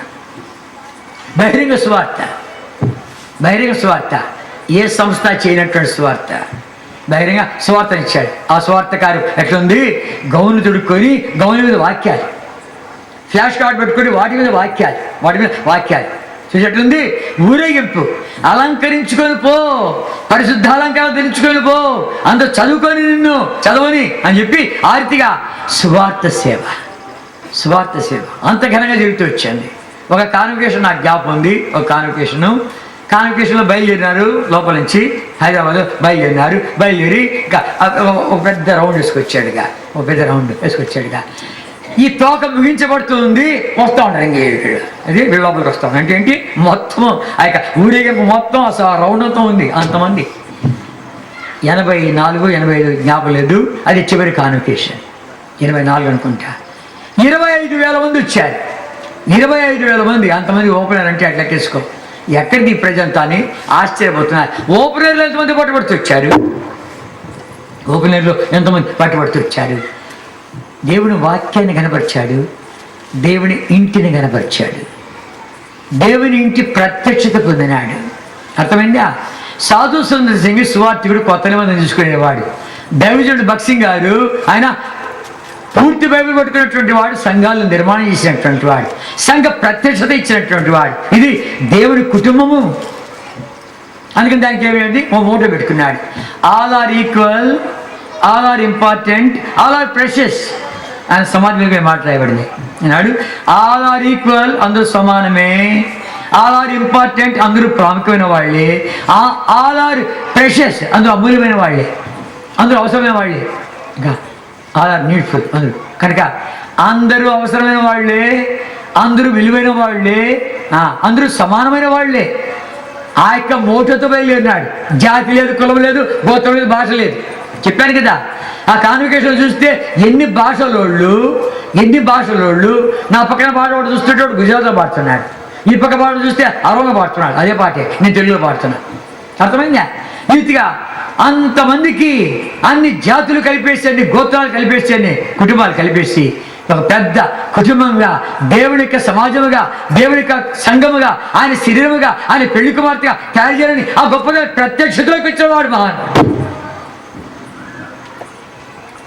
చిన్నపిల్లలకు కావాలని చెప్పి VBC ఏర్పాటు చేశాడు. చిన్నపిల్లలు కావాలని VBC ఏర్పాటు చేశాడు. ఇంకా మనం చూస్తే కన్నా యవనస్తుల మీటింగ్ కావాలని చెప్పి యవనస్తుల మీటింగ్ పెట్టాడు. కాన్వకేషన్, సమాజ కూటములు అంటే కొన్ని వేల మంది సమాజ కూటములు జరుగుతాయంటే ఒక నెల ముందే మేము పోయి అంతగా సిద్ధపాటు చేసేవాడు. అంత కార్యక్రమం ఉండేది. వేల మంది వస్తారు కనుక ఆ వేల మందిలో ఇంకా వాళ్ళకు భోజనం పెట్టాలి అంటే కన్నా దానికంటే ముందు బియ్యం కొనుక్కొని రావాలా, బియ్యం కొనుక్కొని రావాలంటే ఇక సంఘ పెద్దలు ఉండాలి, వాళ్ళంతా వచ్చి అన్నయ్య ఇదేమో 3 రూపాయల చిల్లర ఈ బియ్యము, ఇదేమో 4 రూపాయల చిల్లర, ఇది 6 రూపాయల చిల్లర, ఇది చాలు కదా, ఈ 3 రూపాయల చిల్లర అంటే ఏంటి ఎవరు పెడుతున్నావు అన్నము, నువ్వు ఎవరు పెడుతున్నావు భోజనము? నీ ప్రజలకు కదిలి పెడతాడు. అది ఆయన డెలిగేట్స్, ఆయన రాయబారులు వస్తున్నారు, ఆయన సంతానం వస్తున్నారు, ఆయన ఇచ్చేది ఇక్కడ ఈ 6 రూపాయల చిల్లర పెట్టి తీసిపెట్టు అనేవాడు. అంతగా గనపరిచేవాడు. నా దేవుడు ఇస్తాడు, నా దేవుడు ఇస్తాడు అని చెప్పి అంతగా గనపరిచినాడు. ఖరీదైనటువంటి బియ్యం చూసుకోని రా, దేవుడు ఇస్తాడు, ఏం పర్వాలే, ఆయన బిడ్డలు పెట్టేది, ఆయన పిలుస్తున్నాడు, ఆయన ఆహ్వానిస్తున్నాడు, ఆయన భోజనం పెడతాడు అని చెప్పి అనేవాడు. ప్రతిదీ అలాగే. కనుక ఆయనతో మాట్లాడంటే అందరికీ భయమే, అది మాట్లాడండి అందరికీ భయమే. ఎందుకు? ఇంకా ఆయన తలంపులు వేరే, వీళ్ళ తలంపులు వేరే, ఆయన ఉద్దేశాలు వేరే, వీళ్ళ ఉద్దేశాలు వేరే. కనుక ఆయన సమర్పణ వేరే, వీళ్ళ సమర్పణ వేరే, ఆయన విశ్వాసం వేరే, వీళ్ళ విశ్వాసం వేరే. అర్థమైందా? కనుక ఆ రీతిగా రాజా వస్తున్నాడు, రాజు యొక్క పిల్లలు వస్తున్నారు, రాజా లాంఛనాలతో ఆహ్వానించాలి అని చెప్పి అలా ఆహ్వానించేవాడు. అర్థమైందా? దైవజనుడి గురించి కొన్ని వ్యక్తిగత సంగతులు చెప్తే బాగుంటుంది అనిపిస్తుంది. వ్యక్తిగతంగా విశ్వాసంతో జీవించిన వాడు, ఎవరిని చేయి చాపినటువంటి వాడు కాదు. నీ అక్కడితో నేను తీరుస్తాను, ఎవరిని అడగద్దని అడిగదా, నేను అడగను ప్రభు, ఎవరిని అడగను, నువ్వే తీరుస్తావు నాకు అని చెప్పి విశ్వాసంతో జీవించినటువంటి వాడు. ఒకరికి చేయి చాపినటువంటి వాడు కాదు, ఒకరికి చేయి చాపినటువంటి వాడు కాదు. చెప్పాను కదా, అమెరికాలో ప్రసంగిస్తూ ఉంటే యూ బెగ్గర్స్ ఆఫ్ అమెరికా అన్నాడు. యూ బెగ్గర్స్ ఆఫ్ అమెరికా, వింటా మాట. భిక్షగాళ్ళైనటువంటి అమెరికా దేశీయులారా, మా దేశీయులు భిక్షగాళ్ళు చేస్తున్నారు మీరు, ఇక్కడ ఉన్నటువంటి యేసయ్యే మా దేశంలో ఉన్నాడు, అదే యేసయ్యే మార్పు చెందినటువంటి వాడు అని చెప్పి వాళ్ళను గద్దించి వచ్చాడు, వాళ్ళకు బుద్ధి చెప్పి వచ్చాడు, విశ్వాసాన్ని రుజువు చేస్తానని చెప్పి చూపించాడు. ఒక ఆయన ఎంతో డబ్బును కలిగినట్టున్నాడు, ఐశ్వర్యవంతుడు, ఎంతోమందికి నేను డబ్బు ఇస్తున్నాను, ఇంత మంచి సేవ చేస్తున్నాను, నువ్వు ఈ చెక్ తీసుకో అని చెప్పి, ఈ చెక్కులు ఎంత రాసుకుంటావు రాసుకో అని చెప్పి ఖాళీ చెక్, బ్లాంక్ చెక్ ఇస్తే ఆయన ముందు చింపేశాడు. నాకు అక్కర్లే, నీ డబ్బు నాకు అక్కర్లే, నా దేవుడు ఇస్తాడు, నా దేవుడు ఇస్తాడు. ఎన్ని చెప్పేవాడు? ఒక బోర్వెల్ వేయించాడు. నేను గొట్టంబాయి దేవుడు తోమంటున్నాడు అని చెప్పి గొట్టంబాయి తోయించాడు. దాని అది పెద్ద చరిత్ర, అదంతా అక్కడ త్వరగా చెప్పేస్తా. అది అయిపోయిన తర్వాత దానికి పంపు కావాలి, ప్రార్థన చేస్తున్నాడు. ప్రార్థన చేస్తుంటే ఏమన్నాడు? ప్రార్థన చేస్తుంటే ఆస్ట్రేలియాలో ఎవరో ఆవిడ చాలా బాగలేకపోతే అద్భుతంగా స్వస్థపరచబడితే ఆమె కలబడిందంట.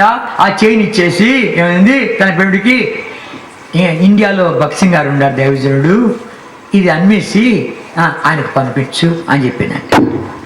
ఆయన పంపిస్తే సరిగ్గా మోటార్ కొనడానికి ఎంత కావాలో అంత వచ్చిందండి. అది ఇట్లాంటి ఏం చెప్పగలము? ఆయన జీవితంలో ఏం చెప్పగలము? ప్రతిదానికి నేను ప్రార్థన చేశా, ప్రతిదానికి నేను ప్రార్థన చేశా అట్లాంటి వాడిని. కనుక డబ్బు విషయంలో అది పరిగెత్తి రావాల్సిందే కానీ మనం దాని వెంట పరిగెత్తేది కాదు అని చెప్పి ఏం చేశాడు? దాని నుంచి డానియల్ స్మిత్ అని ఒక ఆయన ఉండేవాడు, కెనడా దేశీయుడు, ఆయన మిషనరీ. ఆయన కూడా అప్పుడు వచ్చేవాడు, ఇండియాకి వచ్చి బక్సిగాని కలిసిపోయేవాడు. ఆయన వాక్యాలు చెప్తూ వచ్చాడు ఎవరు, కెనడా దేశీయుడు. ఇవన్నీ చూసి ఆయన మీద ఒక పుస్తకం రాశాడు. కెనడా తీసుకుపోయి ప్రాఫిట్ ఆఫ్ ఇండియా అని ఒక పుస్తకం రాశాడు. ఒక 6 పుస్తకాలు ఆయన పంపించాడు బక్సింగ్ గారికి. 6 పుస్తకాలు పంపిస్తే అది బక్సింగ్ గారు చదివిన తర్వాత దీంట్లో అంత మనిషికే ఘనత ఉంది కానీ దేవుడికి ఘనత లేదు, మహిమ లేదు, ఇంకా ప్రింట్ చేయబాకు, ఇంకా పంపించబాకు అన్నాడు. అది ఆయా చేతుల్లో పడిపోయి శిథిలావస్థలో ఒకటి నాకు దొరికింది. అమ్మమ్మ దొరికింది నాకు ఇది అని చెప్పింది. దాన్ని ఏదో కొంచెం మార్చిపోయిన అక్షరాలు మార్చిపోయిన, కొంచెం చదవబడ్డాన్ని చినిపోయి ఇట్లా ఉంది, దాన్ని ఏదో దొరికని చెప్పి టైప్ చేయించి పెట్టాను. దాంట్లో రాస్తాడు మనుషుడు, ప్రపంచవ్యాపకంగా నేను తిరిగాను, గొప్ప గొప్ప దైవజనులతో నాకు సహవాసం ఉంది, వాళ్ళ పరిచయం చూశాను. వాళ్ళు ఏమైనా కార్యక్రమాలు తలపెట్టాలంటే గనా ఏం చేసేవాళ్ళు, మనం ఫలానా కార్యక్రమం తలపెట్టాము కనుక మనం డబ్బు కావాలి, రేజ్ ది ఫండ్స్, ఇంకా డబ్బు కావాలి, ఇంకా దీని కొరకు మనము మీరు ఇంకా విరాళం ఇవ్వాలి అని చెప్పి ఆనందంగా చూశాను. కానీ వాళ్ళకంటే గొప్పదని కార్యం చేసినట్టు ఈ మనుషుడు ఒకసారి నా పులిపిడి మీద నుండి నాకు డబ్బు కావాలని చెప్పి తన నోటమ్మడి మాట రాగా వినలేదు. వాళ్ళు చేసిన దానికంటే గొప్పదని కార్యం మనుషుడు చేశాడు అని రాశాడు. అర్థమైందా? ఆయన పేరు పెట్టుకొని బతుకుతున్నాం మనం. అప్పుల పాలు కావద్దు. కొంతమంది ట్రాన్స్ఫర్ చేస్తా ఉంటే ఏమంటున్నారు, అన్నా నేను అప్పు చేశాను, ఇంత అప్పు చేశాను, ఈ అప్పు ఎవరు చెల్లిస్తాడు చెప్పు, ఇది చెల్లించేసిన తర్వాత నేను ఇచ్చి వెళ్తాను. ఎవరు చెప్పినాడు అప్పు నిన్ను? ఎవరు చెప్పిన అప్పు నిన్ను? లక్ష్యంగా రామాన్ని చెడగొట్టానిక విశ్వాసంతో జీవించరా అంటుంటే అది బాగా నేర్పించాడు. నా మీద ఆధారపడద్దు, నేను ఎవరి మీద ఆధారపడుతున్నాను ఆయన మీద ఆధారపడు అని చెప్పేవాడు. అర్థమైందా? ఆయన గదిలో మేము ఉండి పరిచయం చేసేవాళ్ళము. ఎవరైనా నమ్మడు, అందరు లోపల రానివాడు.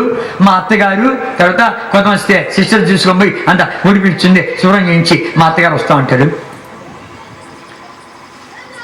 నేను, స్టీఫెను, ఇమ్మాన్యుయల్, ప్రదీప్ మా నలుగురే నమ్మాడు. ఆ కాలం అట్లయింది. మమ్మల్ని కుమారులుగా లెక్కేసుకొని మమ్మల్ని అమితంగా ప్రేమించాడు. అందుకని దగ్గరగా ఉన్నాం కాబట్టి మాకు కొంచెం కాస్త కొత్త తెలుసు కాబట్టి ఈ సంగతి చెప్పాలని చెప్పి చెప్తూ ఉంటున్నాను. మా అత్తగారు ఉన్నప్పుడు 2 మాటలు చెప్తే బాగుంటుందని ఇవాళ ప్రార్థన చేసుకుంటుంటే ఈ మాది సీడీలు చేస్తూ వచ్చారు. ఎక్కడెక్కడో సీడీలు ఎన్నెన్నో ఉన్నాయి కానీ వాళ్ళు అంటున్నారు, అయ్యా మీ అత్తగారిది చెప్పు, మీ ఆవిడది చెప్పు, నీ సంగతి చెప్పు, ఒక పుస్తకం రాయటంటే యా టైం ఉంది ఎక్కడ రాయాలి నాకు అర్థం కాలే. ఇవాళ ప్రార్థన చేసుకుంటూ ఉంటే మా అత్తగారి గురించి చెప్తే బాగుంటుంది అనిపించింది. మా అత్తగారు పంజాబీ దేశీయురాలు, సిక్కు మతస్థురాలు, నిషత్తర్ కౌర్ ఆమె పేరు నిషత్తర్ కౌర్. వాళ్ళు కౌరు అంటే వాళ్ళ యొక్క వెనక వాళ్ళ యొక్క బిరుదులవి కౌరుది, ఆ జాతి కౌరు చాది. సరే, ఆమె మా మామగారు ఆయన రైల్వే వర్కర్. బ్రిటిష్ కాలంలో వాళ్ళు ఆఫ్రికాకి తీసుకుపోయారు. బ్రిటిష్ లైన్ లేదని చెప్పి దాని కొరకని ఇటు తీసుకుపోయారు. వర్కర్స్గా కొంతమంది తీసుకుపోయారు. దాంట్లో మా అత్తగారు వెళ్ళారు. మా ఆవిడ చిన్న బిడ్డ, పసిబిడ్డ, నెలల బిడ్డ.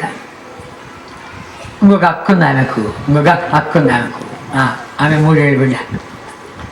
ఈ బిడ్డ బాగలేదని చెప్పి డాక్టర్ దగ్గరికి పోతుంది. అక్కడ ఆఫ్రికాలో డాక్టర్ దగ్గరికి పోతుంటే అక్కడ ఆఫ్రికా దేశంలో అరే చాలామంది ఇండియా నుండి వచ్చారు, వాళ్ళ దేశం వాళ్ళ భాషల కొరకని కరపత్రులు తెప్పించి పెట్టింది. ఎవరు? ఆ డాక్టర్ అమ్మ. ఆమె పేరు డాక్టర్ డౌన్ షో. ఆమె అని మందులు తీసుకున్న తర్వాత ఒక కరపత్రి తీసుకొని భాష తీసుకోమంటే అది తీసుకొని బయటకు తీసుకొచ్చి ఇది మనకెందుకని చెప్పి నలిపి పడేసింది మా అత్తగారు. మరుసటి మళ్ళీ మందుకు వచ్చేవాడు, బాగుందా ఆ కరపత్రిక అనిగింది. బాగుందమ్మా, లేకపోతే మంచి మంది అవుతామో అని చెప్పి బాగుందమ్మా అని అయితే కూడా చూసిపోయాను. 3 తీసుకుపోతూ నా తండ్రి దాంట్లో ఏముంది అని అడిగితే మళ్ళీ నేను చెప్పాలని చెప్పి నలిపి పడేకుండా దాన్ని చేసిపోయి చదివింది. అరే బాగానే ఉంది ఇది అని చెప్పి అని ఇంకేం చేసింది, ఇంకా అది బాగానే ఉంది అని చెప్పి 4-5 రకాల కరపత్రులు తీసుకుపోయి కరపత్రికల ద్వారానే మా అత్తగారు మారుమనసు పొందారు. అర్థమైందా? ఇక ఆ డాక్టర్ డౌన్ షో సహాయపడుతూ వచ్చింది. ఆర్తిగా మారుమనసు పొందండి. మారుమనసు పొందే కొద్ది పంజాబ్ వాళ్ళు ఎట్లాంటి వాళ్ళు అంటే యవనస్తులు ఏ ఫ్యాషను చేయకూడదు. అమ్మాయిలు పెళ్ళైన తర్వాత తన పెరుగుడికి ఏది ఇష్టమో అవన్నీ వేసుకో. అయితే మన దేశం ఎట్లాంటిది, మన ప్రాంతము పెళ్లి కాకముందే అన్ని ఫ్యాషన్లు చేసి ఎర్రగబడి తిప్పలబడి నోడు ఎత్తుకోబోయి ఇన్ని కథలు చెప్తున్నాయి. నేను పంజాబ్ పోయాను 64 స్వార్థ సేవకు. ఎవరిస్తుంది అట్లా ఉండాలి. ఏంటంటే వీళ్ళని ఫ్యాషన్ చేయడానికి కదా అది చెప్పారు అన్నమాట. వీళ్ళు ఫ్యాషన్ చేయకూడదు, పెళ్ళైన తర్వాత వాళ్ళ పెరుగుడికి ఏది ఇష్టమో అది వేసుకో, ఆయన సంతోషపెట్టు. అది అసలు సంగతి. ఇప్పుడు ఎరగబడిపోయి ఎత్తుకోబడి తిప్పలబడి నేను చీ అట్లాడితే మా అత్తగారు నెమ్మదిగా సింపుల్ సిటీ వచ్చేసింది. నాకు అలా తీసేస్తుంది, అన్నీ పోతుంది. అంటే ఏంటి నీ వాలకం కొంచెం మారింది అన్నాడు మా మామగారు. వెళ్ళి చెప్పేసింది గట్టిగా, నేను యేసుప్రభువుని నమ్మానయ్యా, మంచి దేవుడు, క్షమించాడు, ప్రేమ గలవాడు మాట అంటుంటే కత్తి తీశాడు. అంతే కత్తి తీగానే మా అత్త అంటుంది, ఆ కత్తి తీగానే చూశాను, సుహృదపై పడిపోయాను. తర్వాత కళ్ళు తెచ్చి చూస్తే హాస్పిటల్లో ఉన్నాను, రక్తపట్టులతో ఉన్నాను. నా ముక్కు కోసేశాడు, నా చెవులు కోసేశాడు. గురుద్వారానండి, మనకి ఎట్లా చర్చ్ అంటామో సాయిబుల్ మసీద్ అంటారు. వాళ్ళకు గురుద్వారా అని వాళ్ళ టెంపుల్, వాళ్ళ ఆలయం పేరు గురుద్వారా. అక్కడ ఉన్న పూజారి తీసుకొచ్చి ఇదిగా చెప్పు, ఆ ఏసాన్ని వదిలిపెడతావులే చెప్పు అని కొద్ది మా అత్తగారు సహవాసం లేని దినాల్లో, గ్రంథం లేని దినాల్లో ఆమె చెప్పిన మాట మాట్లాడుతుంటే ఆశ్చర్యపోతావు. నేను సిక్కుమతస్తురాలను కాను, నేను యేసయ్య బిడ్డను. నేను చనిపోయినా, నా శవం బజార్లో పడినా అయ్యో మా మతస్థురాలు చచ్చిపోయింది చెప్పి ఒక 2 మీటర్ల బట్ట తీసుకొచ్చి నా స్వామి మీద కప్పడం చెప్పాలియా, మున్సిపాలిటీ వాళ్ళు లాక్కపోయినా పర్వాలే, కుక్కలు లాక్కపోయినా పర్వాలే, నేను నా దేవుని దగ్గరికి పోతున్నాను, నేను సిక్కు మతస్థురాలు కాను, క్రైస్తవురాలను అని చెప్పి వింటివా మాట. అప్పుడు పెద్దమ్మాయిని తీసుకున్నాడు, చిన్నమ్మాయిని పెట్టేశాడు. నెలలు బిడ్డ చిన్న పెట్టేసి వెళ్ళిపోయాడు. ఇది పెద్ద చరిత్ర. అదంతా చెప్పాలంటే ఇప్పుడు టైం కాదు, భక్సింగ్ గారు చెప్పాలని చెప్పి ఈ మొదలు ఆమె డాక్టర్ డౌన్స్ నిన్ను ఇక్కడ చంపేస్తారు, ఇక్కడ వద్దు, నువ్వు నీ మతస్థుడే భక్సింగ్ గారు గొప్ప దైవ సేవ చేస్తున్నాడు, నేను ఉత్తరం రాసి పంపిస్తాను, నువ్వు వెళ్ళు అక్కడున్న క్షేమంగా అని. అప్పుడు ఆ ఉత్తరం రాసి పంపిస్తే మద్రాసు పట్టణంలో ఓడరేవుకి వచ్చి మార్టిన్ గారు, తర్వాత ఇంకెవరు నోయల్ బారు గారు, అలా అంటే 3-4 వచ్చి ఓడరేవులో ఆమెను స్వీకరించారు. అప్పుడు మా ఆవిడ 6 నెలల బిడ్డ, అలా పెరుగుతూ వచ్చారు వాళ్ళు. ఇక్కడ వాళ్ళు భక్సింగ్ గారి యొక్క ఆ సేవలో రీతిగా ఆయన అండలో పెరుగుతూ వచ్చారు. ఆమెను నాకు కట్టాడు భక్సింగ్ గారు. అర్థమైందా? అది సంగతి. సరే దేవజన భక్సింగ్ గారి దగ్గరికి వస్తాను ఇప్పుడు. చాలు ఈ సంగతి, ఇంతవరకు చాలు. అది ఒక పెద్ద చరిత్ర, ఇంకెప్పుడైనా అవకాశం వస్తే చెప్తాను. సరే, గమనించామంటే రీతిగా దైవజనుడు యొక్క డబ్బు విషయంలో, నేను యొక్క గది విషయముడు ఎన్ని వస్తువులు అబ్బా దుబ్బడుతూ ఉంటాయి, దుబ్బు దీర్ఘం అలా పెట్టడమే, ఎవరికి ఇవ్వచ్చు కదా అని అనుకుంటాను నేను, ఎవరికి ఇవ్వచ్చు కదా అనుకుంటాను. కనుక మమ్మల్ని పరీక్షిస్తాడు, వీడు దొంగతనం చేస్తాడా, తీసుకుపోతాడా అని ఎందుకు నమ్మాలి కదా అని. కనుక మేము ఎందుకున్నాము అక్కడ హెబ్రోను దేనికున్నాము అంటే సేవకులతో అడుగుతాను, ఎందుకని మీరు ఉండాలి ఇక్కడ అంటే సేవ అంటారు. నేను అంటాను, పిచ్చోడా నిన్ను నమ్మొచ్చురా నమ్మకూడదా అని ఉండవురా, ఇక్కడ నిన్ను నమ్మి ఒక సంఘం ఇవ్వచ్చునా ఇవ్వకూడదా అని ఉన్నావురా. నువ్వు సంఘం అప్పగిస్తే 2 చేసి గుంపులు చేసి తంటాలు పెట్టి ఏం చేస్తామో తెలీదు, నిన్ను నమ్మి అనుకున్నావు, ఇక్కడ నన్ను పిలిచాడు దేవుడు అని రుజువు చేసి అనుకున్నావు. ఇక్కడ కనుక ఆ దేవుడు ప్రేమిస్తున్నాను అని రుజువు చేసి అనుకున్నావు, ఆ దేవుడు ప్రేమిస్తున్నావు కాబట్టి క్రైమ్ తెలుస్తున్నా అని అనుకున్నావు, పెద్దలకు లోపడతావు లేదా, విధేయ చూపిస్తావు లేదా, నిన్ను నమ్మి అప్పగించున్నావు వద్దా అని ఎరుగుతావు. ఈ తర్జుమా చేసే వరం ఒకటి ఇచ్చిన కానీ చేస్తే పెద్దల మధ్యలో అంటే వీళ్ళ మధ్యలో ఇద్దరి మధ్యలో ఉండేవాడు నేను.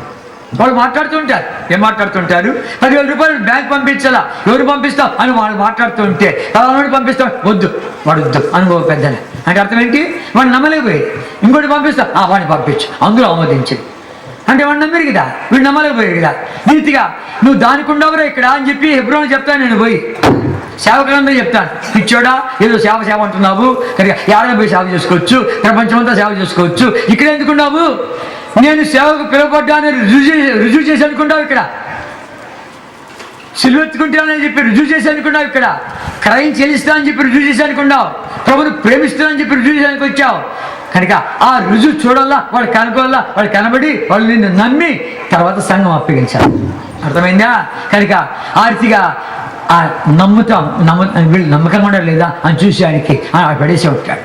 అవన్నీ ఇస్తా అన్న, డబ్బు పెట్టావు అన్న, కవర్లు ఇది ఉంది ఇస్తా ఉంటాను, నేను ఇస్తా ఉంటాను. కనుక ఇవన్నీ ఎందుకు పెట్టాడా, ఎవరికైనా ఇవ్వచ్చు కదా అని అనుకుంటా. అంటే ఒకసారి కాన్వకేషన్ అయిపోయిన తర్వాత నిషి అవన్నీ వస్తువులు తీసుకుందా ఇచ్చేస్తామన్నది సేవకులకు అని చెప్పాను. నేను ఆశ్చర్యపోయాను.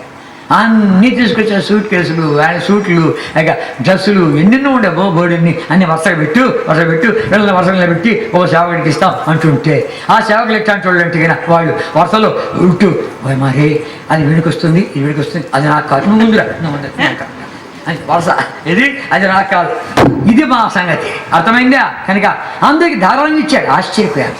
అర్థమైందా? ఆయన ప్రార్థనా పెరుగుడు. మేమంతా అలసిపోయి ఇచ్చిన ఎన్ని మీటింగులు, ఉదయకాలం బ్రేక్ఫాస్ట్ స్థలములు, మధ్యాహ్నం భోజన స్థలములు, ఉదయకాలం మీటింగ్ స్థలములు, సాయంకాలం మీటింగ్ స్థలములు, తర్వాత రాత్రి స్థలంలో మీటింగు, పండుకునే స్థలములు. ఇంత అలసిపోయి మేము పండుకుంటే ఆయన మోకాళ్ళు వస్తాడు. ఆశ్చర్యం. ఆయన నేను ఇద్దరు పండుకునే దినాలు ఉన్నాయి, ఒకే మంచం మీద పండుకునే దినాలు ఉన్నాయి. నేను కదిలితే లేస్తాడు అని చెప్పి కిక్కురు పండుకున్నాను. గురకలు నిద్రపోతాడు మనిషి అలసిపోయి, తెల్లవారుజాము చేస్తాడు. ఈ ముసలికి నిద్ర రాజేనా తండ్రి అనుకుని నేను లేచి మోకాళ్ళకి పండుకునేవాడిని, లేకపోతే ఏం బాగుంటుంది అని చెప్పి లేచి నేను మోకాళ్ళకి పడుకున్నాను. ఆయన పడతా చేస్తూ ఉంటాడు. అర్థమైందా? అది మా జీవితం. భీమవరం దగ్గర గణపవరం ఉంది, భీమవరం దగ్గర ఉండి భీమవరం గణపవరం ఒక ఉంది, ఆ ఊరి దగ్గర చిన్న మీటింగ్. ఆ మీటింగ్ వరకు అంతా అలసిపోయాం, భోజనం చేసాము. వాళ్ళంతా ఏర్పాటు చేస్తూ ఉంటే 4 గంటలకు కొంచెం రెస్ట్ తీసుకుంటామని పంచాయతీ బోర్డు ఆఫీసులో మా ఇద్దరికి పడకలేశారు. 2 బెంచీలు జరిపి నన్ను పండుకోమన్నారు. ఒక బెడ్షీట్ పరిచి తగడిచ్చి ఇంకా ఆయన 2 బెంచీలు జరిపి ఒక పడక తీసుకొచ్చేసి రెస్ట్ తీసుకోండి అని చెప్పి ఆయనకు ఏర్పాటు చేశారు. తిమోతి 4 గంటలైంది, 4:20కి లేస్తామన్నాడు. 4 గంటలు పండుకోవాలంట, 4:20కి లేవాలంట. సరిపోదండి అన్న తర్వాత బొరకలు పెట్టి నిద్రపోతున్నాడు. కిటికీలో కనబడుతుంది నాకు. వాళ్ళు చేసే ఏర్పాట్లన్నీ కూడా ఇంకా ఏర్పాటు కాలే, ఏం కాలే, ఎందుకు ఈ తొందర, నిద్రపోలే అని చెప్పి నేను కాసుకుంటే 4:20కి లేచి తిమోతి గెటప్ అన్నాడు. అంటే నేను నిద్రపోతున్నట్లు ఆయన మేలుకున్నట్లు. ఇలా దేవుని దూతమైన లేపింది మనుషుల్ని. ఇట్లాంటి ఏం చెప్పగలము? ఏమన్నా ప్రార్థనా పరుడు అని చెప్పాలంటే ఏం చెప్పాలి? బిల్లిగ్రామ్ గారు, డాక్టర్ బిల్లిగ్రామ్ గారు ప్రపంచంలోని మిషనరీలు అందరినీ కూడాను పిలిచి ఒక పెద్ద మీటింగ్ 4 రోజులు పెట్టాడు. ప్రపంచంలోని దైవదాసులందరినీ పిలిచాడు. విశ్వాసులు కాదు, దైవదాసులు, సేవ చేసేవాళ్ళు, మిషనరీలు, వాళ్ళందరినీ పిలిచాడు. కొన్ని వేల మంది చేరారు. 4 రోజుల మీటింగ్. ఆ 4 రోజుల మీటింగ్లో భక్సింగ్ గారికి ఉదయం అంతా ఇచ్చాడు, సాయంకాలం వేరే వాళ్ళకంతా ఇస్తూ వచ్చాడు. ఆయన చెప్పేవాడు బిల్లిగ్రామ్ గారు, నా సేవ ఎట్టాడుదంటే భక్సింగ్ గారి సేవతో పోల్చాడంటే ఒక సైకిల్ చక్రం ఉంది, చక్రంలో మధ్యలో హబ్ ఉంది, ఇరుసుంది కనుక దాని నుండి ఊసలన్నీ వచ్చాయి. భక్సింగ్ గారు ఏమో హబ్బు సెంటర్లో ఉంది, ఆ హబ్బు ఇరుసు. నేను ఒక ఊస, నా సేవ ఒక ఊస అని చెప్పాడు. ఎవరు? డాక్టర్ బిల్లిగ్రామ్ గారు. ఆయనకి ఇచ్చాడు, ఉదయకాలం అంతా ఇచ్చాడు. ప్రపంచంలో వాళ్ళని పిలిపించి చేస్తే ఉదయకాలం వాళ్ళకి ఇచ్చేవాళ్ళది, భక్సింగ్ గారికి ఇచ్చేవాళ్ళది. ఆయనతో పాటు ఆత్మీయంగా సమానులు అని ఎంచినటువంటి వాళ్ళు ఒక 3 కలిపి 4 ఒక గదిలో పెట్టాడు. ఆయన ఆత్మీయ స్థితికి వీళ్ళు తగిన వాళ్ళు అని చెప్పి అట్లాంటి వాళ్ళని ఏరుకొని వాళ్ళను భక్సింగ్ గారితో పాటు పెట్టాడు. పెడితే ప్రతి ఉదయం మీటింగ్ తీసుకుంటున్నాడు కదా, రాత్రి పండుకుంటా ముందు వాళ్ళందరూ బైబిల్ చదువుకున్నారు, పండుకున్నారు. ఆయన ఇంకా మోకాళ్ళ మీద ఉన్నాడు. ఆ వాక్యం చెప్తున్నాడు కదా, ఇంకెక్కువ ప్రార్థన చేసుకుంటున్నాడులే అని అనుకున్నారు. తెల్లవారు వేస్తే మళ్ళీ మోకాళ్ళు ఉన్నాడు. మనకంటే ముందు లేచాడు లేరా అనుకున్నారు. మరుసటి రోజు అలాగే ఉంటే మోకాళ్ళ మీద నిద్రపోయింటాడురా అనుకొని వేశారు. వంతులు వేసుకొని చూశారు. కాళ్ళు కదులుతున్నాయి, పెదాలు మెదులుతున్నాయి, పొజిషన్ మారుతూ ఉంది, ప్రార్థన చేస్తున్నాడు. పడక నలగలేదు. చూసి తెల్లవారు లేచి అన్నారు, భక్సింగ్ డోంట్ యు వాంట్ రెస్ట్, నీకు విశ్రాంతి అక్కర్లేదా అని వెళ్ది. ఏమన్నాడు? నా విశ్రాంతి పరలోకంలో అన్నాడు. అట్లాంటి దైవజనుడు. ఆ 4 రోజులు ఏం చెప్పాడు? కోల్పోయినటువంటి దైవ మహిమ తిరిగి వచ్చుడికాయ 4 వ్యక్తులు దేవుడు వాడుకున్నాడు. ప్రపంచ వ్యాపకంగా ఉన్నటువంటి దైవదాసులకు వాక్యం అందిస్తున్నాడు. కోల్పోయినటువంటి మహిమ తిరిగి వచ్చింది. ఈకపోదు అంటే ఏలి కాలంలో ఏలి ప్రధాన యాజకుడు కనుక పిల్లలు దుర్మార్గులు, ఏలి కుమార్ దుర్మార్గులు ఉంటుండగా దేవుడు మందిరానికి బలి తీసుకొచ్చేవాళ్ళు భయపడుతూ ఉంటుండగా, ఈ వద్దని అంటుండగా అవాచ్యమైన కార్యాలు జరుగుతూ ఉంటుండగా, వాళ్ళు హెచ్చరిక గద్దించలేకపోతుంటుండగా ఫిలిస్తీన్లు వచ్చి యుద్ధమానికి వస్తే కొద్ది మందసాన్ని తీసుకుని యుద్ధానికి పోగా ఆ యుద్ధంలో ఓడిపోయి ఆ ఫిలిస్తీన్లు మందసాన్ని పట్టుకెళ్ళిపోగా ఏలి కొడుకులు ఇద్దరు చచ్చిపోగా ఏలి వార్తని మందసం పట్టుబడి కానీ వెనక్కి తగ్గి ఆ యొక్క స్థూలకాడు వాడు చచ్చిపోగా ఆ చచ్చిపోయినటువంటి కుమారులు ఒకని భార్య కంటూ ఉంటుండగా, అమ్మ నీ కొడుకు పుట్టాడు ఉంటుండగా, మీ పిల్లడు చచ్చిపోయినాడు, యుద్ధంలో మందసం పట్టుబడిపోయింది అంటుంటే వీడికి ఈకాబోధని పేరు పెట్టు, ఇశ్రాయేలులో మహిమ పోయింది అని చెప్పి ఆ పేరు పెట్టాను. అది మొట్టమొదటి ప్రసంగం. ఈకాబోధు ఇశ్రాయేలు మహిమ పోయింది, ఆ మహిమ తిరిగి రావాలంటే 4 వ్యక్తులు కావాలి.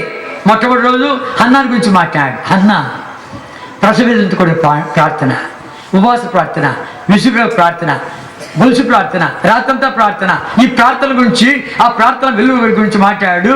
హన్నాని గురించి మాట్లాడాడు. మొట్టమొదటి రోజు ప్రార్థన లేకుండా ఏది జరగదు. ఇంత కార్యం జరుగుతుందంటే ఆ మానవాడు ఏం చెప్తున్నాడు? తిమోతి 2 నెలల నుంచి మేము ప్రార్థన చేస్తున్నాం. నేను ఆశ్చర్యపోతున్నా. ఇట్లాంటి మీటింగ్ ఎప్పుడు నేను చూసుకోలే అంటే అర్థం ఏంటి? వరుసగా నేను చూసుకోలే. ఇట్లాంటి మీటింగ్ పెడితే 2-3 సేవకులు పిలుచు వాళ్ళు మాట్లాడి అని అంటాను, కానీ నాకు అలసట రావడంలే. ఎందుకు? ప్రార్థన వెనకాల ఉంది కాబట్టి. ఇట్లాంటి మీటింగ్లు ఎప్పుడు నేను పెట్టలే, వరుసగా నేను పెట్టలే. కనుక 2-3 సేవకులు ఉంటే వాళ్ళు ఒకటి వీడు ఒకటి వాళ్ళు ఒకటి చూసుకుంటారు, కానీ మొత్తం నేనే చూసుకునేట్టుగా నాకు అలు కూడా రావడంలే. నేను చూసి ఆశ్చర్యపోతున్నా. అర్థమైందా? కనుక ఆ రీతిగా ఏనాడు